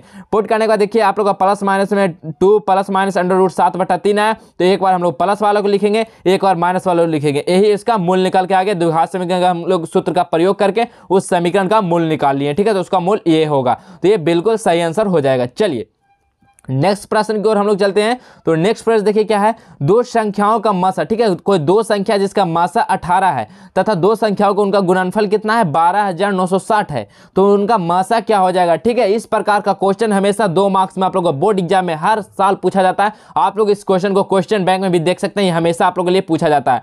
तो दो संख्या का मासा कितना है, तो 18 और दोनों संख्याओं का जो गुणनफल है वो 12960 है। तो उनका लासा क्या हो जाएगा, तो हम लोग जानते हैं कि क्या होता है, पहली संख्या गुना दूसरी संख्या इक्वल टू क्या होता है, लासा गुना मासा, ठीक है, यही होता है लासा गुना मासा, यही होता है। तो यहाँ से हम लोग क्या निकालना है, हम लोग देखिए यहाँ से लासा निकालेंगे तो मासा को इधर जब करेंगे तो क्या हो जाएगा, डिवाइड में हो जाएगा, पहली संख्या गुना दूसरी संख्या बटा मासा हो जाएगा, ठीक है, ये हो जाएगा। तो पहली संख्या दूसरी संख्या का गुणनफल देखिए दिया गया 12,960, तो यहाँ पे लिख दिए 12,960 और मासा कितना 18 है, तो 18 से हम लोग क्या कर दिए, डिवाइड कर दिए। तो हम लोग यहाँ से लासा आसानी से निकल के आ गया 720, ठीक है। तो यहाँ से आप लोग आसानी से एकदम बिल्कुल आसानी से इस क्वेश्चन को निकाल सकते हैं। चलिए नेक्स्ट क्वेश्चन को हम लोग बढ़ते हैं। तो नेक्स्ट क्वेश्चन देखिए, दूरी सूत्र का प्रयोग कर दर्शाइए कि बिंदु -2,5, 0,1 तथा 2,-3 संरेखीय है, ठीक है। आप लोग को दूरी सूत्र का इसमें प्रयोग करना है और आप लोग को यह दिखाना है कि ये सभी बिंदु क्या है, एक संरेख बिंदु है, ठीक है, संरेख है, ठीक है, मतलब वो स्ट्रेट लाइन है, ये दर्शाना है आप लोग को। तो कैसे देखिए, ए बी का वैल्यू हम लोग देखिए ए को घेर दिए संरेख, ए बी और सी लिख दिए, और ए बी से हम लोग पहले दूरी सूत्र फार्मूला लगाएंगे ए बी में। तो जब ए बी में फार्मूला लगाएंगे तो दूरी का फार्मूला क्या होता है, x1 - x2 के होल स्क्वायर प्लस क्या होता है, y1 - y2 के होल स्क्वायर, यही होता है दूरी का फार्मूला। यही फार्मूला हम इसमें पुट कर दिए ए बी के बीच में। तो देखिए इसमें क्या हो जाएगा, 0 + 2 के होल स्क्वायर, इसी प्रकार देखिए क्या हो जाएगा 1 - 5 के होल स्क्वायर, ठीक है। इसी प्रकार हम लोग ए बी का वैल्यू निकालें तो √2/5 आया, ठीक है। इसी प्रकार बी सी में हम लोग अब किस में चलेंगे, बी सी में चलते हैं, ठीक है। तो बी सी में हम लोग दूरी का फार्मूला लगाएं, इसमें भी हम लोग वही चीज़ किए, x1 - x2 के whole square plus y1 - y2 के होल स्क्वायर। तो इसका BC का वैल्यू आया 2√5, ठीक है, 2√5 इसका भी आ गया। इसी प्रकार हम लोग फिर क्या किस में चलेंगे, तो हम AC में चलेंगे, ठीक है, AC की ओर चलेंगे। तो AC में देखिए क्या हो जाएगा, इसमें भी दूरी फार्मूला जब हम पुट करेंगे तो इसमें भी हम लोग क्या करेंगे, x1 - x2 के whole square plus y1 - y2 के होल स्क्वायर कर लेंगे। तो AC का वैल्यू निकल के आ गया 4√5। अब 4√5 आ गया। अब संरेख होने के लिए क्या होना चाहिए कि जो एक भुजा है वो दोनों भुजा के बराबर होना चाहिए। तो AC इक्वल टू हम लोग लिख दिए AB + BC। तो AC 4√5 था, AB 2√5 और BC 2√5। तो यहाँ से देखिए क्या हो गया, 2 2 4√5, इधर भी 4√5। तो क्या हो गया, तीनों बिंदु संरेख है, ये यहाँ पे आप लोग का प्रूव्ड हो गया, ठीक है, प्रूव्ड हो गया, तीनों बिंदु संरेख है, ठीक है। तो आप लोग इस प्रकार करके आते हैं एग्जाम में, तो आप लोग को एक भी मार्क्स कट नहीं होगा। आप लोग को अगर ये क्वेश्चन 2 मार्क्स में पूछा था तो 2 मार्क्स मिलेगा, अगर 5 मार्क्स में पूछा था तो 5 मार्क्स आपको बिल्कुल आसानी से मिल जाएगा, ठीक है। तो जितने भी विद्यार्थी लोग अभी तक लाइव सेशन में ज्वाइन है, सभी लोग अपने दोस्तों के पास शेयर कीजिए और लाइक कीजिए वीडियो को, ठीक है। जितने भी ज्वाइन है सभी लोग वीडियो को पहले लाइक कीजिए। तो चलिए हम नेक्स्ट क्वेश्चन की ओर बढ़ते हैं। तो क्वेश्चन नंबर 6 देखिए क्या है कि एक बेलन के आधार की परिधि 132 सेंटीमीटर और उसकी ऊंचाई 25 सेंटीमीटर है, तो बेलन का आयतन ज्ञात करना है, ठीक है। एक बेलन के आधार की परिधि अगर 132 सेंटीमीटर है और उसका ऊंचाई जो आप लोग को हाइट दिया गया है वो कितना है, 25 सेंटीमीटर है, तो बेलन का आयतन आप लोग को ज्ञात करना। तो हम देखिए यहाँ पे लिख दिए हैं बेलन। आप लोग इसी प्रकार स्टेप बाय स्टेप करके आते हैं एग्जाम में, तो आप लोग को बिल्कुल भी, जो एग्जामिनर होगा 1 मार्क्स पे आप लोग को नहीं कट करेगा, ठीक है। देखिए यहाँ पे हम लिख दिए बेलन के आधार की परिधि, ठीक है। बेलन की आधार की परिधि कितना 132 सेंटीमीटर दिया गया है और उसका ऊंचाई जो दिया गया कितना है 25 सेंटीमीटर, ठीक है। आप लोग इसी प्रकार लिखेंगे। तो बेलन का परिधि क्या होता है, 2πr होता है। सभी विद्यार्थी लोग जानते होंगे बेलन का परिधि क्या होता है, 2πr होता है। तो बेलन का परिधि आप लोग को दिया गया 132। तो हम यहाँ से क्या 2 पाई का मान कितना होता है 22/7 होता है, रख दिए और यहाँ से हम लोग r का वैल्यू निकाल लेंगे। तो देखिए r का वैल्यू निकालने के लिए इसको हम लोग इस साइड कर लेंगे तो कितना आ जाएगा 132, 7 चल जाएगा ऊपर और ये 22 और गुना 2 नीचे आ जाएगा। तो देखिए ये 22 दूनी 44, 44 से हम लोग काटेंगे 132 को तो 3 बार में कट गया तो 7 या 21, आर का वैल्यू हम लोग को निकल के आ गया 21 सेंटीमीटर। अब हम लोग यहाँ से निकाल लेंगे बेलन का आयतन। तो बेलन का आयतन क्या होता है, तो πr² होता है बेलन का आयतन, आप लोग को बिल्कुल याद होगा। तो बेलन का आयतन πr² हो जाएगा। देखिए हाइट आप लोग को दिया गया है 25 सेंटीमीटर और यहाँ से देखिए आर का वैल्यू अभी हम निकालें 21 सेंटीमीटर। तो देखिए पाई का वैल्यू 22/7, आर का वैल्यू 21, तो 21 का स्क्वायर करें तो 21 गुना 21 और हाइट 25, 7 या 21 देखिए काट दिए, इसका कैलकुलेशन कर लिए तो बेलन का आयतन निकल के आ गया 34,650। आयतन का क्या होता है, यूनिट सेंटीमीटर क्यूब होता है। तो यहाँ से बिल्कुल इसका सही आंसर हो जाएगा, बेलन का आयतन निकल कर आ चुका है, ठीक है। तो इस तरह से आप लोग को हल करना है। चलिए नेक्स्ट क्वेश्चन नंबर 7 देखिए, यदि tan थीटा क्या है a/b, tan थीटा क्या होता है तो लंब बटा आधार होता है, ठीक है। तो tan theta equal to a/b दिया हुआ है, तो a sin theta minus b cos theta बटा a sin theta plus b cos theta का मान ज्ञात करना है आप लोग को। इस तरह का क्वेश्चन के लिए आप लोग को एक समकोण त्रिभुज बनाना है, ठीक है, समकोण त्रिभुज बनाना है। और हम लोग जानते हैं कि sin थीटा क्या, तो लंब बटा आधार, तो लंब ये ab है और आधार है bc है, ठीक है। तो यहाँ पे a लिख दिए, इसका वैल्यू b लिख दिए। अब हम लोग को AC निकालना है, तो AC निकालने के लिए हम लोग पाइथागोरस प्रमेय का उपयोग करते हैं। तो AC निकालने के लिए क्या होता है, √AB का स्क्वायर प्लस BC का स्क्वायर। तो AB का स्क्वायर कितना है, A का स्क्वायर B का स्क्वायर। तो हम लोग यहाँ से निकल गया AC का वैल्यू। तो AC कितना निकल गया, √A² प्लस B² निकल गया, ठीक है, ये निकल गया। इसी प्रकार हम लोग देखिए अब साइन और कॉस का वैल्यू निकालेंगे। तो साइन थीटा क्या होता है, लंब बटा कर्ण होता है। तो लंब कितना है, तो ए भी क्या है, लंब है, तो ए हो गया। और कर्ण कितना है, तो अभी निकालें अंडर रूट ए स्क्वायर प्लस बी स्क्वायर। इस प्रकार साइन थीटा निकल गया। कॉस थीटा का वैल्यू क्या होता है, कॉस थीटा होता है आधार बटा कर्ण। तो आधार कितना है, तो आधार देखिए बी है, और अभी निकालें कर्ण अंडर रूट ए स्क्वायर प्लस बी स्क्वायर। ठीक है, ये हो गया। तो यहाँ से निकाल लिया साइन कॉस का वैल्यू। अब हम लोग क्या चलेंगे, क्वेश्चन से चलेंगे। तो क्वेश्चन यहाँ पे क्या बोला गया, क्वेश्चन में है कि A sine theta minus B cos theta बटा A sine theta plus B cos theta. तो यहाँ से साइन थीटा कॉस थीटा का वैल्यू अभी निकाले हम लोग, तो दोनों का वैल्यू हम लोग यहाँ पे पुट कर देंगे। ठीक है, पुट करने के बाद देखिए यहाँ पे क्या हो जाएगा, ए इंटू ए स्क्वायर हो जाएगा। और यहाँ पे देखिए नीचे हम एलसीएम ले लिए अंडर रूट ए स्क्वायर प्लस बी स्क्वायर का। तो ऊपर ए स्क्वायर और नीचे इधर क्या बचा, माइनस बी स्क्वायर। इसी प्रकार नीचे का भी कर लिए, तो a square plus b square हो गया। और देखिए ये से ये कैंसिल आउट हो गया, तो क्या बचा, ए स्क्वायर माइनस बी स्क्वायर बटा ए स्क्वायर प्लस बी स्क्वायर। यही आपका सही आंसर हो जाएगा। ठीक है, तो एकदम बिल्कुल दम आप लोग का इसी प्रकार का दम हूबहू क्वेश्चन आएगा। बस आप लोग का हमेशा बोल रहे हैं कि आप लोग का अंक चेंज रहेगा। आप लोग दम 100% ये सभी क्वेश्चन को एक बार सॉल्व करेंगे, ताकि आप लोग एग्जाम में इस तरह का क्वेश्चन आएगा और आप लोग उस सभी क्वेश्चन को सॉल्व करके आएंगे। ठीक है, चलिए नेक्स्ट क्वेश्चन देखिए, फिर प्रोबेबिलिटी का क्वेश्चन।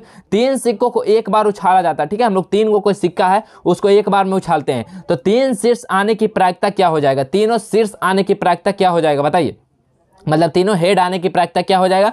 तो 3 सिक्कों को एक साथ उछालने पर क्या क्या परिणाम हो सकता है, तीनों हेड हो सकता है, या एक हेड और टेल टेल हो सकता है, या हेड हेड टेल हो सकता है, या टेल हेड टेल हो सकता है, या टेल टेल हेड भी हो सकता है, या तीनों टेल हो सकता है, या एक टेल 2 हेड हो सकता है, या एक हेड टेल हेड हो सकता है। ठीक है, इस प्रकार हो सकता है परिणाम। तो इसमें क्या बोला, तीनों शीर्ष आने की, मतलब तीनों शीर्ष मतलब तीनों हेड आने की, इसमें क्या प्रोबेबिलिटी, तीनों हेड कितना बार आएगा, तो एक ही बार आएगा। और पूरा कितना हुआ हम लोग का परिणाम, तो 8 परिणाम। तो शीर्ष आने की घटना कितना हो गया, 1, तो इसका प्रोबेबिलिटी 1/8 हो जाएगा। ठीक है, तो आप लोग बिल्कुल समझ गए, 1/8 बिल्कुल इसका सही आंसर हो जाएगा। चलिए नेक्स्ट क्वेश्चन, क्वेश्चन नंबर 9 देखिए, एक शंकु के आधार की त्रिज्या 5 सेंटीमीटर तथा उसका ऊंचाई जो है वो 12 सेंटीमीटर है। तो इसका वक्रपृष्ठ का क्षेत्रफल आप लोग का क्या हो जाएगा बताइए। कोई एक शंकु का आधार आपको दिया गया है, आधार की त्रिज्या r बोल दिए, रेडियस ठीक है तो 5 सेंटीमीटर हो गया, और ऊंचाई h बोल दिए 12 सेंटीमीटर हो गया। तो शंकु की तिरछी ऊंचाई हम लोग निकालेंगे। तो शंकु की तिरछी ऊंचाई के लिए क्या फॉर्मूला होता है, तो अंडर रूट हाइट का स्क्वायर प्लस जो आधार का त्रिज्या होता है उसका स्क्वायर।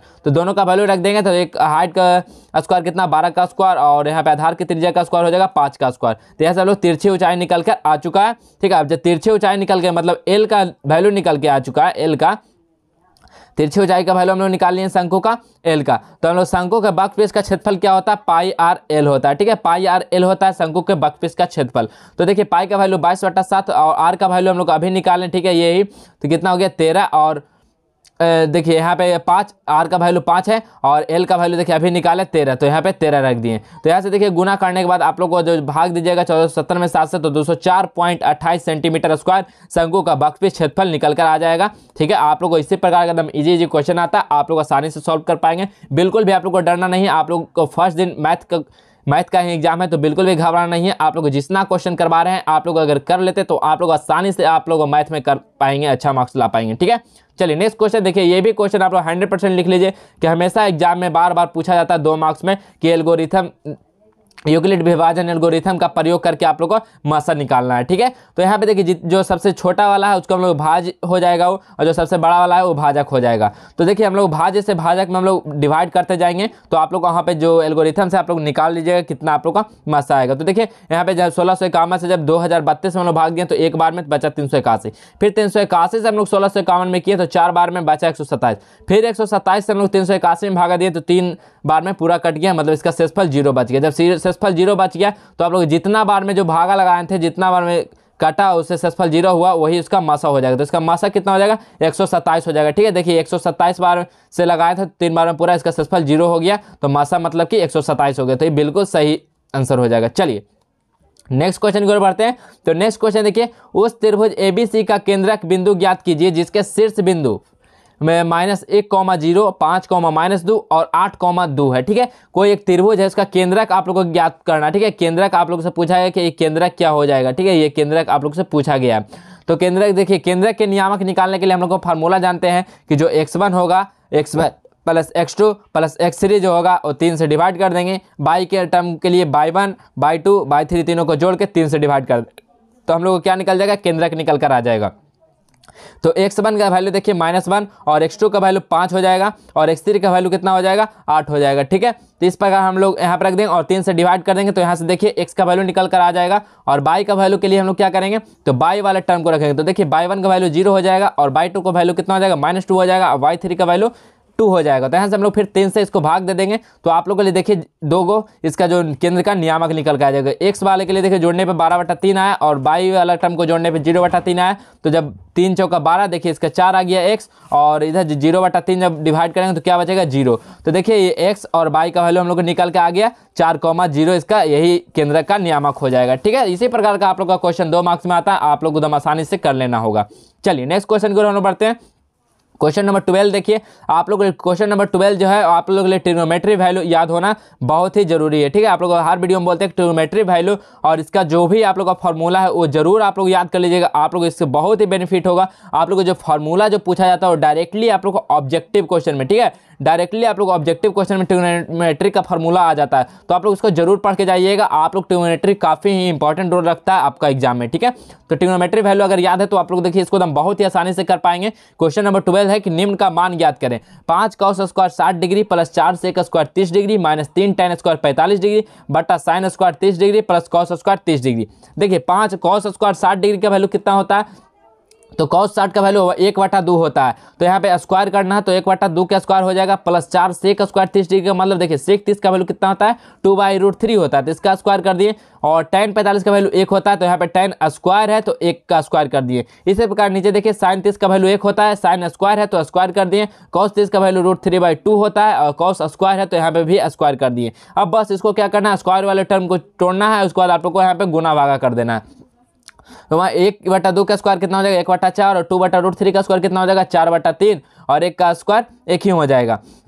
नीचे देखिए 1/2 का स्क्वायर कितना हो जाएगा 1/4 और √3/2 का स्क्वायर कितना हो जाएगा 3/4। ये इस तरह निकल गया। तो इस तरह हम लोग क्या पहले गुना करेंगे तो कितना हो जाएगा 5/4 प्लस ये कितना हो जाएगा 4 चौको 16/3 और यहाँ -3 हो जाएगा। नीचे भी देखिए एलसीएम लिए 4 तो 1 + 3 हो गया। ठीक है, इसी प्रकार देखिए आप लोग जोड़ घटाव कर दिए तो आप लोग को जो काटने छाटने पे जो आंसर आ जाएगा वो 35/6 आ जाएगा। ठीक है, आप लोग इस तरह से इसका सोल्यूशन कर लेंगे। ठीक है, आप लोग जितना भी क्वेश्चन करवा रहे हैं आप लोग अगर कॉपी पेन लेकर बैठे हैं तो सभी क्वेश्चन को नोट करेंगे और आप लोग अंक चेंज कर करके आप लोग खुद ही ट्राई करेंगे कि आपसे बनता है या नहीं। ठीक है, आप लोग अगर इस तरह का क्वेश्चन बना लेते तो आप लोग एग्जाम में आसानी से सभी क्वेश्चन को हल करके आएंगे। चलिए नेक्स्ट क्वेश्चन देखिए, क्वेश्चन नंबर 13 है 2.47 के रेकरिंग है मतलब बार है। ठीक है, 2.47 के ऊपर बार है को P/Q के रूप में बदलना है। ठीक है, आप लोग ये देखिए तीनों वीडियो में हमें ये क्वेश्चन बताए हैं आप लोगों के लिए, तो सभी वीडियो को आप लोग जरूर एक बार देख लीजिएगा। मैथ का काफी आपके लिए इंपॉर्टेंट क्वेश्चन लेकर आ चुके हैं जो आप लोग को डायरेक्टली एग्जाम में ये सभी क्वेश्चन आएगा। ठीक है, तो इसलिए आप लोग जो लाइव क्लास जो डेली नहीं जुड़ पाते वो डेली लाइव क्लास को ज्वाइन कीजिए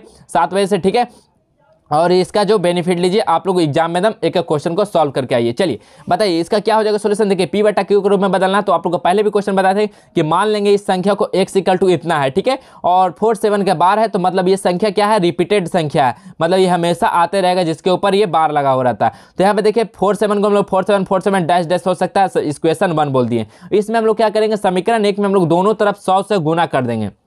जब दोनों तरफ 100 से गुना कर देंगे, इधर 100 गुना x कर देंगे, इधर 2.47 में से 100 में गुना कर देंगे, तो यहाँ पे क्या हो जाएगा 100x = यहाँ पे क्या हो जाएगा, जब 100 इसमें गुना करेंगे तो 247.47 इस तरह से क्या हो जाएगा, इसको इक्वेशन 2 बोल देंगे।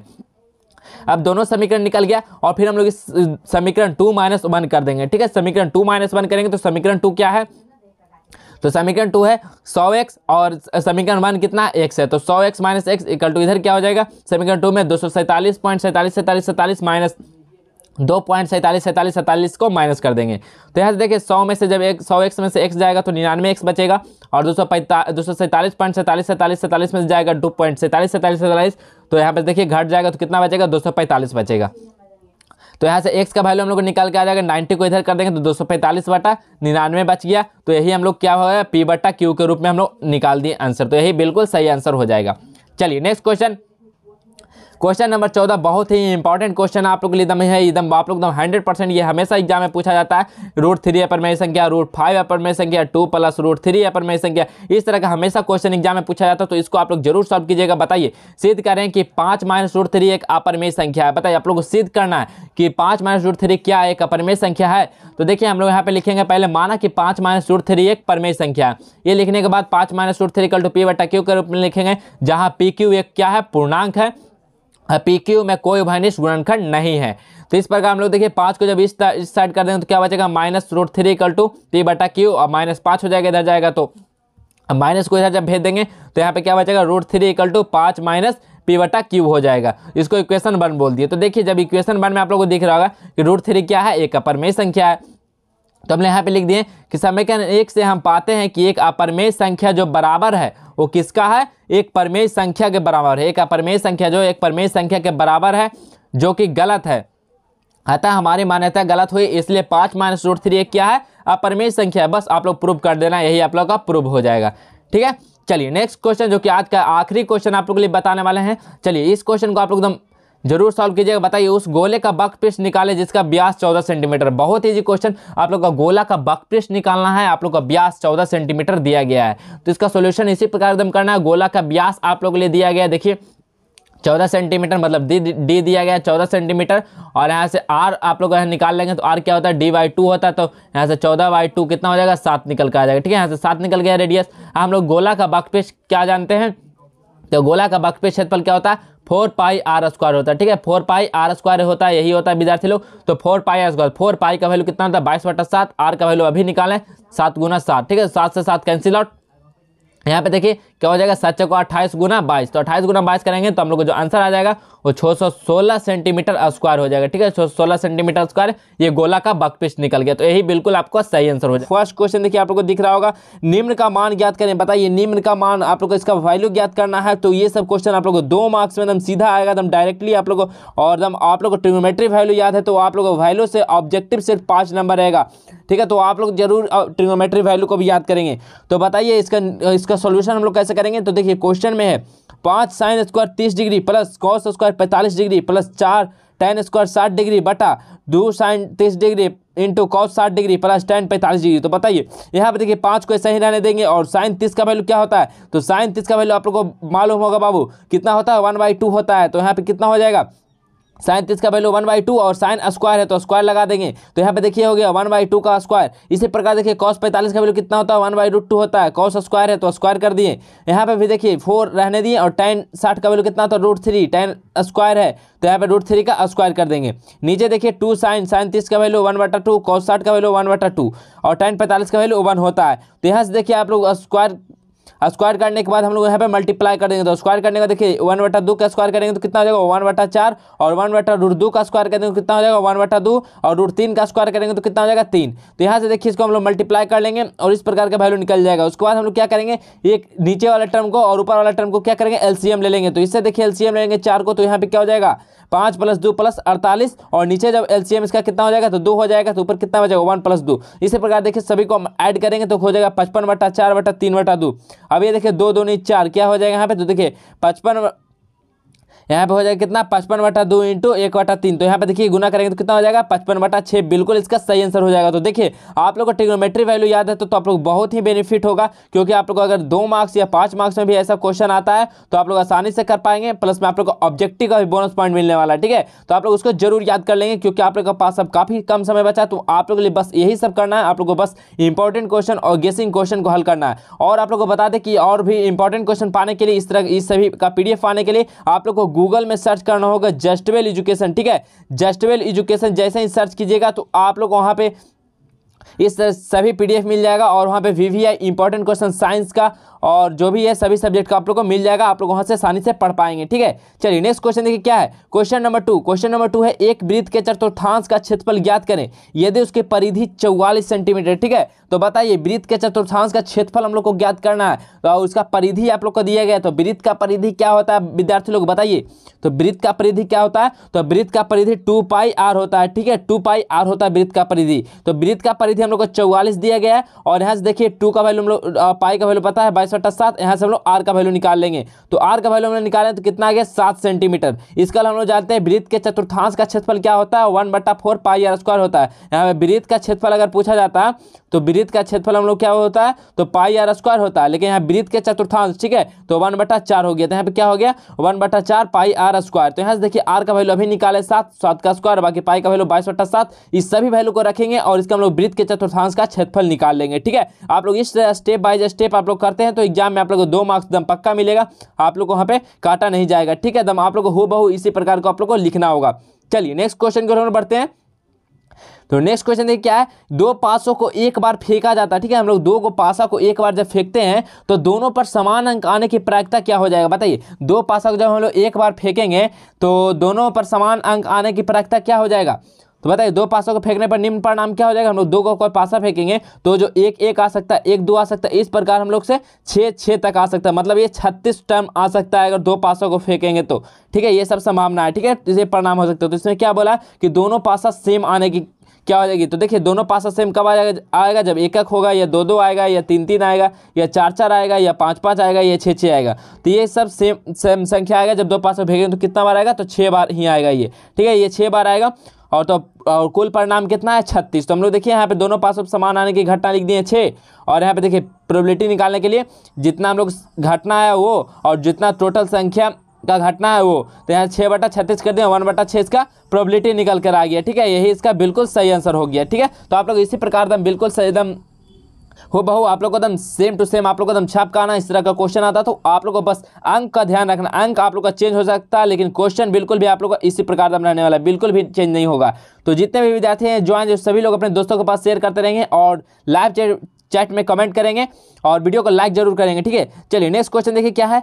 नेक्स्ट क्वेश्चन देखिए निम्नलिखित बंटन का, ठीक है, निम्नलिखित बंटन का बहुलक आप लोग को ज्ञात करना है। तो जो बंटन है इसका बहुलक हम लोग किस प्रकार के ज्ञात करेंगे। तो हम लोग देखिए अधिक बारंबारता वाला वर्ग अंतराल लेंगे। पहले बहुलक निकालने के लिए जो सबसे अधिक बारंबारता है उसका हम लोग वर्ग अंतराल लेते हैं। तो सबसे अधिक बारंबारता किसका है तो देखिए 15 का है। ठीक है, तो इसका वर्ग अंतराल कितना हो जाएगा 30 से 40 के बीच। तो 30 से 40 के बीच लिख दिए, तो बहुलक का वर्ग हम लोग का 30 से 40 मिल गया। और एल निकालेंगे तो एल कितना है तो 30, ये देखिए 30 लिख दिए। आई का वैल्यू कितना हो जाएगा तो 40, देखिए 40 से 30 कितना का डिफरेंस है तो 10 का। तो यहाँ देखिए आई का वैल्यू 10 निकल गया। F1 F6 कितना हो जाएगा तो इसके पहले वाला देखिए कितना हो जाएगा तो 6 हो जाएगा, और F2 मतलब इसके बाद वाला कितना हो जाएगा 7 हो जाएगा। ठीक है, इस प्रकार से हम सभी का वैल्यू लिख लेंगे। वैल्यू लिखने के बाद सूत्र जानते हैं बहुलक का क्या होता है कि M0 से हम बहुलक का डिनोट करते हैं। यहाँ पे क्या होता है 1 + F1, ठीक है, 1 + F1 + F0 बटा क्या होता है 2F1 - F0 - F2 इंटू क्या होता है आई होता है। ठीक है, आई होता है। यहाँ से हम सभी का वैल्यू रख देंगे। सभी का वैल्यू हम लिख लिए हैं पहले ही, तो उसी प्रकार से आप लोग को भी एग्जाम में लिख लेना होगा दिया गया वैल्यू को। उसके बाद आप लोग को इस तरह से फार्मूला पुट करना है। फार्मूला में सारा वैल्यू को पुट करेंगे, एलसीएम करेंगे, डिवाइड करेंगे, आपका आंसर आ जाएगा। तो इसका देखिए बहुलक कितना आ गया तो 35.32 इसका बहुलक आ गया। तो ये बिल्कुल इसका सही आंसर हो गया। ठीक है, बहुलक कैसे प्रकार का आप लोग से क्वेश्चन पूछा जाता है। चलिए नेक्स्ट क्वेश्चन देखिए माध्य से संबंधित है। तो क्वेश्चन नंबर 5 बोल रहा है कि निम्नलिखित बंटन का माध्य ज्ञात करना। ठीक है, निम्नलिखित बंटन का हम लोग माध्य कैसे ज्ञात करेंगे तो वर्ग अंतराल आप लोग को दिया रहेगा, बारंबारता दिया रहेगा। इससे हम लोग क्या करेंगे वर्ग चिन्ह निकालेंगे और वर्ग चिन्ह इंटू बारंबारता को गुना कर देंगे। ठीक है, तो यहाँ पे देखिए वर्ग अंतराल क्या था, वर्ग अंतराल 0 से 8 था, जिसका हम लोग का बारंबारता 10 था। तो यहाँ से हम लोग वर्ग चिन्ह निकालें और फिर बारंबारता और वर्ग चिन्ह को क्या कर देंगे गुना कर दिए। ठीक है, तो यहाँ पे देखिए इस सभी को गुना कर देंगे ये दोनों के साथ।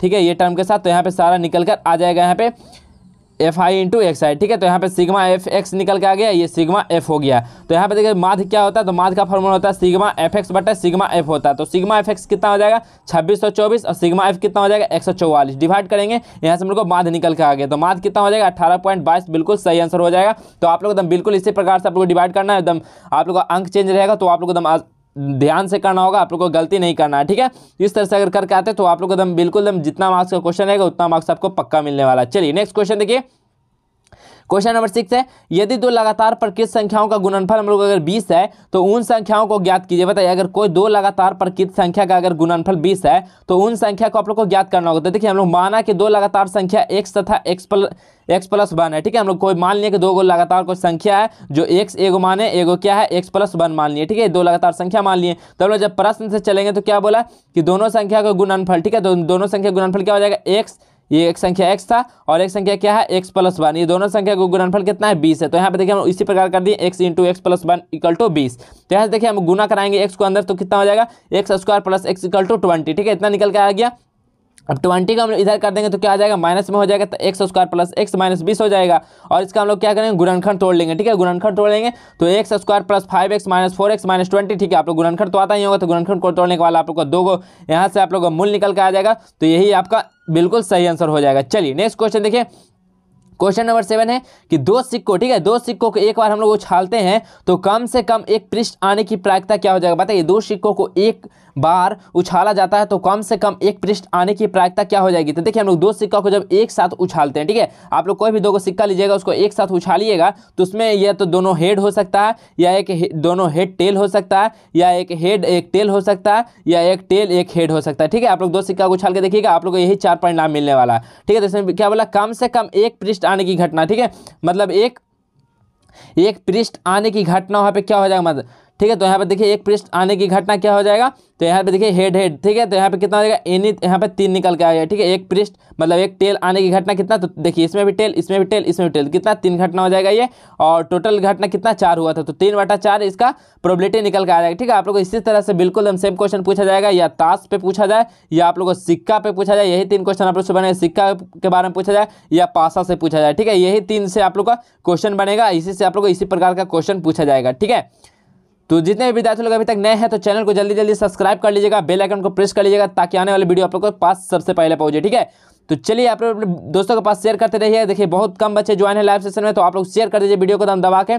चलिए नेक्स्ट क्वेश्चन देखिए, क्वेश्चन नंबर 8 है कि दो संख्याओं का मासा 13 तथा लासा 182 है, ठीक है। कोई दो संख्या है जिसका मासा 13 है और उसका लासा 182 है, ठीक है, मतलब लघुत्तम समवर्तक 182 है। यदि उनमें से एक संख्या 26 है तो दूसरी संख्या आप लोग को ज्ञात करना, ठीक है। तो हमने यहाँ पे देखिए पहले लिख दिए क्वेश्चन में, यहाँ पे आप लोग लिख दीजिएगा दिया है, ठीक है, दिया है लिख दीजिएगा गिवन दैट, ठीक है। आप लोग लिखने के बाद यहाँ पे मासा देखिए 13 है और लसा कितना 182 है। कोई एक संख्या है जो कितना है 26 है। तो ये फॉर्मूला आप लोग जानते हैं कि पहली संख्या गुना दूसरी संख्या इक्वल टू क्या होता है, लसा गुना मासा होता है। तो दूसरी संख्या निकालेंगे तो यहाँ पे पहली संख्या क्या हो जाएगा, डिवाइड में चला जाएगा लसा इंटू मासा के। तो यहाँ देखिए लसा आप लोग को दिया गया 182, मासा 13 है और पहली संख्या 26 है। तो यहाँ से आप लोग को गुना करने के बाद डिवाइड कीजिएगा तो आप लोग को दूसरी संख्या निकल के आ जाएगा, तो दूसरी संख्या 91, बिल्कुल इसका सही आंसर हो जाएगा, ठीक है। 100% यही सब क्वेश्चन आप लोग को आएगा एकदम हो बहुत, तो बिल्कुल ये सभी क्वेश्चन को आप लोग एकदम कॉपी पेन लेकर एकदम लिख लेंगे और इस सभी क्वेश्चन को प्रैक्टिस जरूर कर लेंगे, ठीक है। चलिए नेक्स्ट क्वेश्चन देखिए क्या है, क्वेश्चन नंबर 9 है कि समीकरण युग्म, ठीक है, कोई एक समीकरण युग्म दिया गया है कितना 3x - 5y - 4 = 0 और दूसरा एक समीकरण कितना है 9x = 2y + 7, ठीक है। इसको विलोपन विधि से आप लोग को हल करना है, विलोपन विधि से आप लोग हल करना है। तो यहाँ पे देखिए 3x - 5y - 4 = 0, इसको इक्वेशन 1 बोल दिए, और 9x, ठीक है, इसको हम लोग इस साइड कर देंगे तो क्या हो जाएगा 9x - 2y - 7 = 0, इसको इक्वेशन 2 बोल दिए, ठीक है। तो हम लोग देखिए समीकरण 1 में हम लोग 2 से गुना करेंगे और समीकरण 2 में हम लोग क्या करेंगे 5 से गुना कर देंगे। तो जब 2 और 5 से गुना कर देंगे तो देखिए यहाँ पे क्या हो जाएगा 2 से गुना करेंगे तो हो जाएगा 6x - 10y = 8, और समीकरण 2 में जब 5 से गुना करेंगे तो यहाँ पे हो जाएगा 45x - 10y = 35। तो 10 देखिए यहाँ पे क्या हो जाएगा 10y से 10y कैंसिल आउट, जब 45 में से 6 जाएगा तो कितना हो जाएगा -39x, और यहाँ पे क्या हो जाएगा 35 में से 8 जाएगा तो कितना बचेगा -27। माइनस से माइनस देखिए कैंसिल आउट, x का वैल्यू हम लोग निकालेंगे तो क्या हो जाएगा यहाँ पे देखिए 27, और यहाँ देखिए ये उधर जाएगा तो 39 हो जाएगा नीचे। तो यहाँ देखिए 9 × 27 और 13 × 39, तो x का वैल्यू हम लोग को 9/13 निकल के आ गया। जब आप लोग x का वैल्यू निकल जाता तो x का वैल्यू आप लोग कोई भी इक्वेशन में आप लोग पुट कीजिएगा तो वहां से आप लोग का y का वैल्यू निकल जाएगा, ठीक है। तो हम लोग x का वैल्यू निकला तो हम लोग समीकरण 1 में x का मान रखेंगे, ठीक है। समीकरण 1 कितना है 3x - 5y = 4, तो यहाँ पे से x का वैल्यू रख दें 3 × x का वैल्यू 9/13 और y का वैल्यू हम लोग यहाँ से निकाल लिए, ठीक है। तो y का वैल्यू निकाल लिए तो यहाँ से देखिए y का वैल्यू कितना आ गया -5/13 आ गया और x का वैल्यू 4/13 आ गया, बिल्कुल यही सही आंसर हो जाएगा। विलोपन विधि से आप लोग को इसी तरह हल करना है, ठीक है। ये क्वेश्चन आप लोग को 5 मार्क्स में आएगा बोर्ड का एग्जाम में, ठीक है। तो इस क्वेश्चन को आप लोग एकदम जरूर कर लीजिएगा। विलोपन विधि से आ सकता है, वर्गगुणन विधि आ सकता है, तो इस तरह का क्वेश्चन आप लोग से पूछा जाएगा, तो आप लोग सभी क्वेश्चन को प्रैक्टिस करेंगे। चलिए नेक्स्ट क्वेश्चन देखिए, क्वेश्चन नंबर 10 है द्विघात बहुपद, ठीक है। कोई एक द्विघात बहुपद है x² - 5x + 6 के शून्य को ज्ञात करना है आप लोगों को, ठीक है। कोई द्विघात बहुपद है उसका शून्य ज्ञात करना है, तो कैसे ज्ञात करेंगे, तो पहले आप लोगों को मान लेना है कि f(x) एक समीकरण है, ठीक है, x² - 5x + 6। फिर आप लोगों को क्या करना है व्यंजक समीकरण होता है x² + bx + C equal to 0। इससे आप लोग ए का वैल्यू, बी का वैल्यू, सी का वैल्यू कंपेयर करके हम लोग यहाँ से निकाल लेंगे ए बी और सी का वैल्यू। जब ए बी सी का वैल्यू निकल जाएगा तो विविक्तर का फॉर्मूला क्या होता है, डी इक्वल टू क्या होता है, बी स्क्वायर माइनस 4ac। तो बी का वैल्यू, ए का वैल्यू, सी का वैल्यू पता है, तो यहाँ से हम लोग डी का वैल्यू निकालेंगे। तो डी का वैल्यू देखिए, रखे वैल्यू तो 1 आ गया। जब डी का वैल्यू 1 आ जाता है तो यहाँ पे हम लोग क्या करते हैं, शून्य निकालने के लिए एक फार्मूला होता है minus B plus minus under root विविक्तर बटा 2a, ठीक है, यही होता है। तो यहाँ से हम लोग बी का वैल्यू देखिए कितना है, तो -5 है, और डी का वैल्यू हम लोग अभी निकालें तो देखिए √1 हो जाएगा, और नीचे ए का वैल्यू 1 है, ठीक है। तो यहाँ से देखिए माइनस माइनस कितना हो जाएगा, +5, और यहाँ पे देखिए प्लस माइनस जब रूट बाहर आएगा तो 1/2। तो यहाँ से 2 को मूल निकल कर आ जाएगा, एक बार प्लस वालों को लेंगे, एक बार माइनस वाले को लेंगे। प्लस वाला को लेंगे तो कितना हो जाएगा 6/2, यानी कितना हो जाएगा 3, और यहाँ से एक बार माइनस वाले लेंगे तो 4/2 यानी 2। तो 3,2 हम लोग, ये मूल निकल गया उस बहुपद का, ठीक है। तो इस तरह से आप लोग करते हैं तो आप लोग को फुल मार्क्स मिलेगा। ये सब क्वेश्चन आप लोगों के लिए 2 मार्क्स के लिए, ठीक है। तो ये सभी क्वेश्चन काफी ही महत्वपूर्ण है विद्यार्थी, ठीक है। चलिए नेक्स्ट क्वेश्चन की ओर हम लोग बढ़ते हैं। तो नेक्स्ट क्वेश्चन देखिए, एक तार जो वृत्ताकार है कि त्रिज्या 42 सेंटीमीटर, कोई एक तार है जो वृत्ताकार है और उसका त्रिज्या जो है वो 42 सेंटीमीटर है, तो इसे मोड़कर एक वर्ग बनाया जाता है, तो वर्ग के भुजा की लंबाई क्या हो जाएगा बताइए। इसको जब हम लोग मोड़ के एक वर्ग बनाते हैं तो वर्ग के भुजा की लंबाई क्या हो जाएगा। तो हम लोग यहाँ पे देखिए लिख दिए प्रश्न, वृत्ताकार तार की परिधि क्या हो जाएगा, वर्ग की परिधि के बराबर हम लोग बोल दिए। तो वृत्ताकार तार की परिधि कितना होता है, तो वृत्ताकार तार की परिधि, वृत्त का परिधि कितना होता है, 2πr होता है, ठीक है। तो 2πr लिख दें, और वृत्त की वर्ग की परिधि क्या होता है, 4 गुना भुजा, ठीक है, 4 गुना भुजा होता है। तो यहाँ से देखिए हम लोग लिख दें 2 पाई का वैल्यू 22/7, आर का वैल्यू यहाँ पे देखिए 42 दिया गया था, त्रिज्या 42 रख दिए, 4 और भुजा निकालना लेना है, ठीक है। तो हम लोग यहाँ से भुजा निकाल लेंगे, तो भुजा आ गया 66। तो आप लोग यही तो निकालना था, वर्ग की भुजा निकालना था, तो बिल्कुल यही 66 बिल्कुल सही आंसर हो जाएगा, ठीक है। तो आप लोग इस सभी क्वेश्चन एकदम आसानी से कर पाएंगे, एकदम हलवा वाला क्वेश्चन ये सब है, एकदम यही सब क्वेश्चन आप लोग को बोर्ड एग्जाम में आएगा, और आप लोग कंफ्यूज बिल्कुल भी नहीं होना है, ठीक है। चलिए नेक्स्ट क्वेश्चन देखिए, क्वेश्चन नंबर 12। यदि tan 2a है, वो क्या है, tan 2a इक्वल टू क्या है, cot a - 18, ठीक है, cot a - 18 डिग्री है, जहां 2a एक न्यून कोण है, तो a का मान ज्ञात करना है, ठीक है। 2a क्या है, एक न्यून कोण है, तो वहां से a का वैल्यू ज्ञात करना है, ठीक है। तो हम लोग यहाँ पे देखिए क्वेश्चन लिख दिए tan 2a equal to cot a - 18 degree. tan 2a क्या है, तो एक न्यून कोण है, तो हम लोग यहाँ पे लिख सकते हैं cot 90 - थीटा, ठीक है, cot 90 - थीटा लिख दिए। यहाँ पे क्या रहने दिए, cot a - 18, ठीक है, ऐसा ही रहने दिए। तो यहाँ देखिए cot से cot कैंसिल आउट, कितना बचेगा 90 degree - 2a equal to a - 18 degree. तो जब हम देखिए 18 को इधर लाएंगे तो क्या हो जाएगा 90 + 18, और जब ये -2a को इधर लाएंगे तो a + 2a हो जाएगा। तो यहाँ पे कितना हो जाएगा जोड़ने पर 108, और इधर कितना हो जाएगा 3a। तो यहाँ से a का वैल्यू निकालेंगे तो 36 बार में 108 कैंसिल आउट, तो a का वैल्यू 36 डिग्री। तो यहाँ से a न्यून कोण है, तो a का वैल्यू कितना हो जाएगा, a का वैल्यू 36 डिग्री है, ठीक है। तो बिल्कुल सही आंसर हो जाएगा, बिल्कुल करेक्ट है, ठीक है। चलिए नेक्स्ट क्वेश्चन देखिए। नेक्स्ट क्वेश्चन है कि दो सकेंद्रीय वृत्त की त्रिज्या अगर 5 सेंटीमीटर तथा 3 सेंटीमीटर है, तो बड़े वृत्त की उस जीवा की लंबाई ज्ञात करें जो छोटे वृत्त को स्पर्श करती है, ठीक है। 2 सकेंद्रीय कोई वृत्त की त्रिज्या है जो 5 सेंटीमीटर तथा 3 सेंटीमीटर है, ठीक है। देखिए यहाँ पे कोई वृत्त की जीवा जो है कितना है, ये 3 सेंटीमीटर है, और ये कितना है, ये 5 सेंटीमीटर है बड़ा वाला के लिए। तो उस जीवा की लंबाई ज्ञात करें जो छोटे वृत्त को स्पर्श करती है। तो छोटे वृत्त को जो स्पर्श करती है उसकी जीवा की लंबाई, मतलब इसका लंबाई आप लोग से पूछा गया है। तो यहाँ से देखिए आप लोग निकाल सकते हैं आसानी से, आप लोग यहाँ नेमिंग कर दिए। तो यहाँ से हम लोग देखिए लिख दिए हैं बड़े वृत्त की त्रिज्या कितना है, वो 5 सेंटीमीटर है, और छोटे वृत्त की त्रिज्या कितना है, 3 सेंटीमीटर है। तो समकोण त्रिभुज कैसे चलेंगे, OAB से चलेंगे, और इसे पाइथागोरस प्रमेय से हम लोग को AB का वैल्यू निकाल लेंगे। तो AB का वैल्यू आप लोग को 4 आ जाएगा, ठीक है। आप लोग पाइथागोरस प्रमेय से निकालेंगे तो इतना से इतना तक का वैल्यू 4 आ गया, तो यहाँ इतना से इतना तक का वैल्यू कितना हो जाएगा, 4 हो जाएगा। तो 4 कितना हो जाएगा 8, ठीक है। तो इसका बिल्कुल सही आंसर हो जाएगा 8 सेंटीमीटर, ठीक है। तो आप लोग इसको आसानी से हल कर पाएंगे पाइथागोरस प्रमेय के द्वारा, ठीक है। तो यहाँ पे देखिए वैसे ही कर दिए, तो BC की लंबाई के दुगुना हो जाएगा, तो 2 × AB हो जाएगा। तो यहाँ देखिए 8 सेंटीमीटर आ गया आंसर, ठीक है। चलिए नेक्स्ट क्वेश्चन को हम लोग चलते हैं विद्यार्थी लोग। तो नेक्स्ट क्वेश्चन देखिए कि क्या है, काफी इंपॉर्टेंट क्वेश्चन, आप लोग एकदम 100% ये क्वेश्चन है कि आप लोग पक्का एग्जाम में आएगा, आप लोग लिख लीजिए इसको, ठीक है। सिद्ध करें कि 3 + 2√5 एक अपरिमेय संख्या, ठीक है। आप लोग को सिद्ध करना है कि 3 + 2√5 एक अपरिमेय संख्या। तो किस तरह से करना है, तो सबसे पहले आप लोग को मान लेना है, ठीक है। हम लोग मान लिए कोई संख्या 3 + 2√5 एक संख्या है जो एक परिमेय संख्या है, ठीक है। इसको मानने के बाद हम लोग क्या करते हैं, इसको हम लोग इक्वेशन बना दिए, P/Q के रूप में लिख दिए, तो इक्वेशन 1 बोल दिए। जहाँ पे P तथा Q एक क्या है, ये पूर्णांक है P बटा Q के रूप में, और P और Q में कोई वनिष्ठ जिसका गुणनखंड नहीं है। ठीक है, उसके बाद हम लोग क्या करेंगे, 3 को इधर लाएंगे P बटा Q के साइड में, तो क्या बचेगा 2√5 बटा P बटा Q माइनस 3, इसको इक्वेशन 1 बोल देंगे। तो आप लोग देख सकते हैं कि ये 2√5 जो क्या है, ये एक अपरिमेय संख्या, लेकिन ये परिमेय संख्या है। ठीक है, तो यहाँ हम लिख दें समीकरण 2 से हम पाते हैं कि एक परिमेय संख्या, ठीक है, ये परिमेय संख्या जो बराबर है एक अपरिमेय संख्या का, जो कि गलत है, अतः हमारी मान्यता गलत हुई, इसलिए 3 प्लस 2√5 एक क्या है, तो एक अपरिमेय संख्या है। ठीक है, तो आप लोग को बस इतना करना है, प्रूफ लिख देना, आप लोग को 2 मार्क्स कंफर्म है। ठीक है, तो आप लोग इतना कर देते हैं तो आप लोग 2 मार्क्स आसानी से मिल पाएगा। ठीक है, चलिए आज का लास्ट क्वेश्चन देखिए, जो क्वेश्चन नंबर 15 है। तो क्वेश्चन नंबर 15 बताने से पहले आप लोग सभी लोग वीडियो को लाइक कर लेंगे, जितने भी विद्यार्थी लोग लाइव सेशन में ज्वाइन है तो वीडियो को लाइक करेंगे, चैनल को सब्सक्राइब जरूर कर लेंगे, ताकि आने वाले वीडियो आप लोग के पास सबसे पहले पहुंचे। तो बताइए 15 नंबर को देखिए, बहुत ईजी क्वेश्चन है कि द्विघात समीकरण आप लोग का है 3x। ठीक है, द्विघात समीकरण है 3x² minus 2√6x plus 2 equal to 0। तो गुणनखंड विधि से आप लोग को हल करना है, बस आप लोग इसका गुणनखंड निकालना है।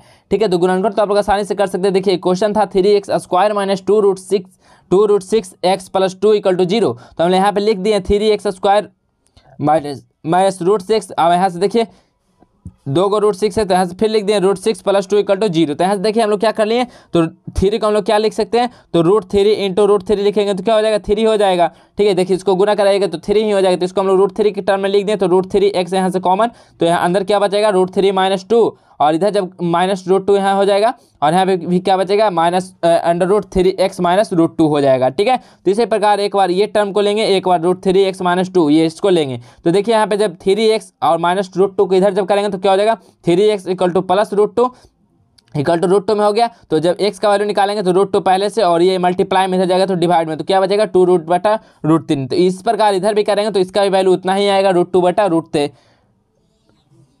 ठीक है, तो यही इसका बिल्कुल सही आंसर हो जाएगा। ठीक है, तो आप लोग जितना ये सभी क्वेश्चन आप लोग को दिखा रहे हैं, काफ़ी ही सभी महत्वपूर्ण क्वेश्चन है। अगर आप लोग इसका PDF पाना चाहते हैं तो आप लोग को गूगल में सर्च करना होगा, जस्टवेल एजुकेशन आप लोग सर्च कीजिएगा, आप लोग फर्स्ट में ही आप लोग को शो करेगा, उस पर आप लोग को क्लिक करके आप लोग वहाँ से देख पाएंगे और डाउनलोड कर पाएंगे, और बहुत सारा क्वेश्चन भी अपलोड है उसको पढ़ पाएंगे। ठीक है, तो अगर आप लोग को वीडियो अच्छा लगा तो वीडियो को लाइक कीजिएगा, ये सभी आप लोग के लिए काफ़ी महत्वपूर्ण क्वेश्चन था। तो ऐसे ऐसे वीडियो आप लोग के लिए डेली लाइव क्लास में कराया जा रहा है, तो आप लोग 7 बजे जुड़ना बिल्कुल भी नहीं भूलेंगे। आप लोग डेली 7 PM में लाइव क्लास को ज्वाइन करेंगे। ठीक है, तो बस आज के लिए बस इतना ही, मिलते हैं हम नेक्स्ट वीडियो में, तब तक के लिए जय हिंद, वंदे मातरम।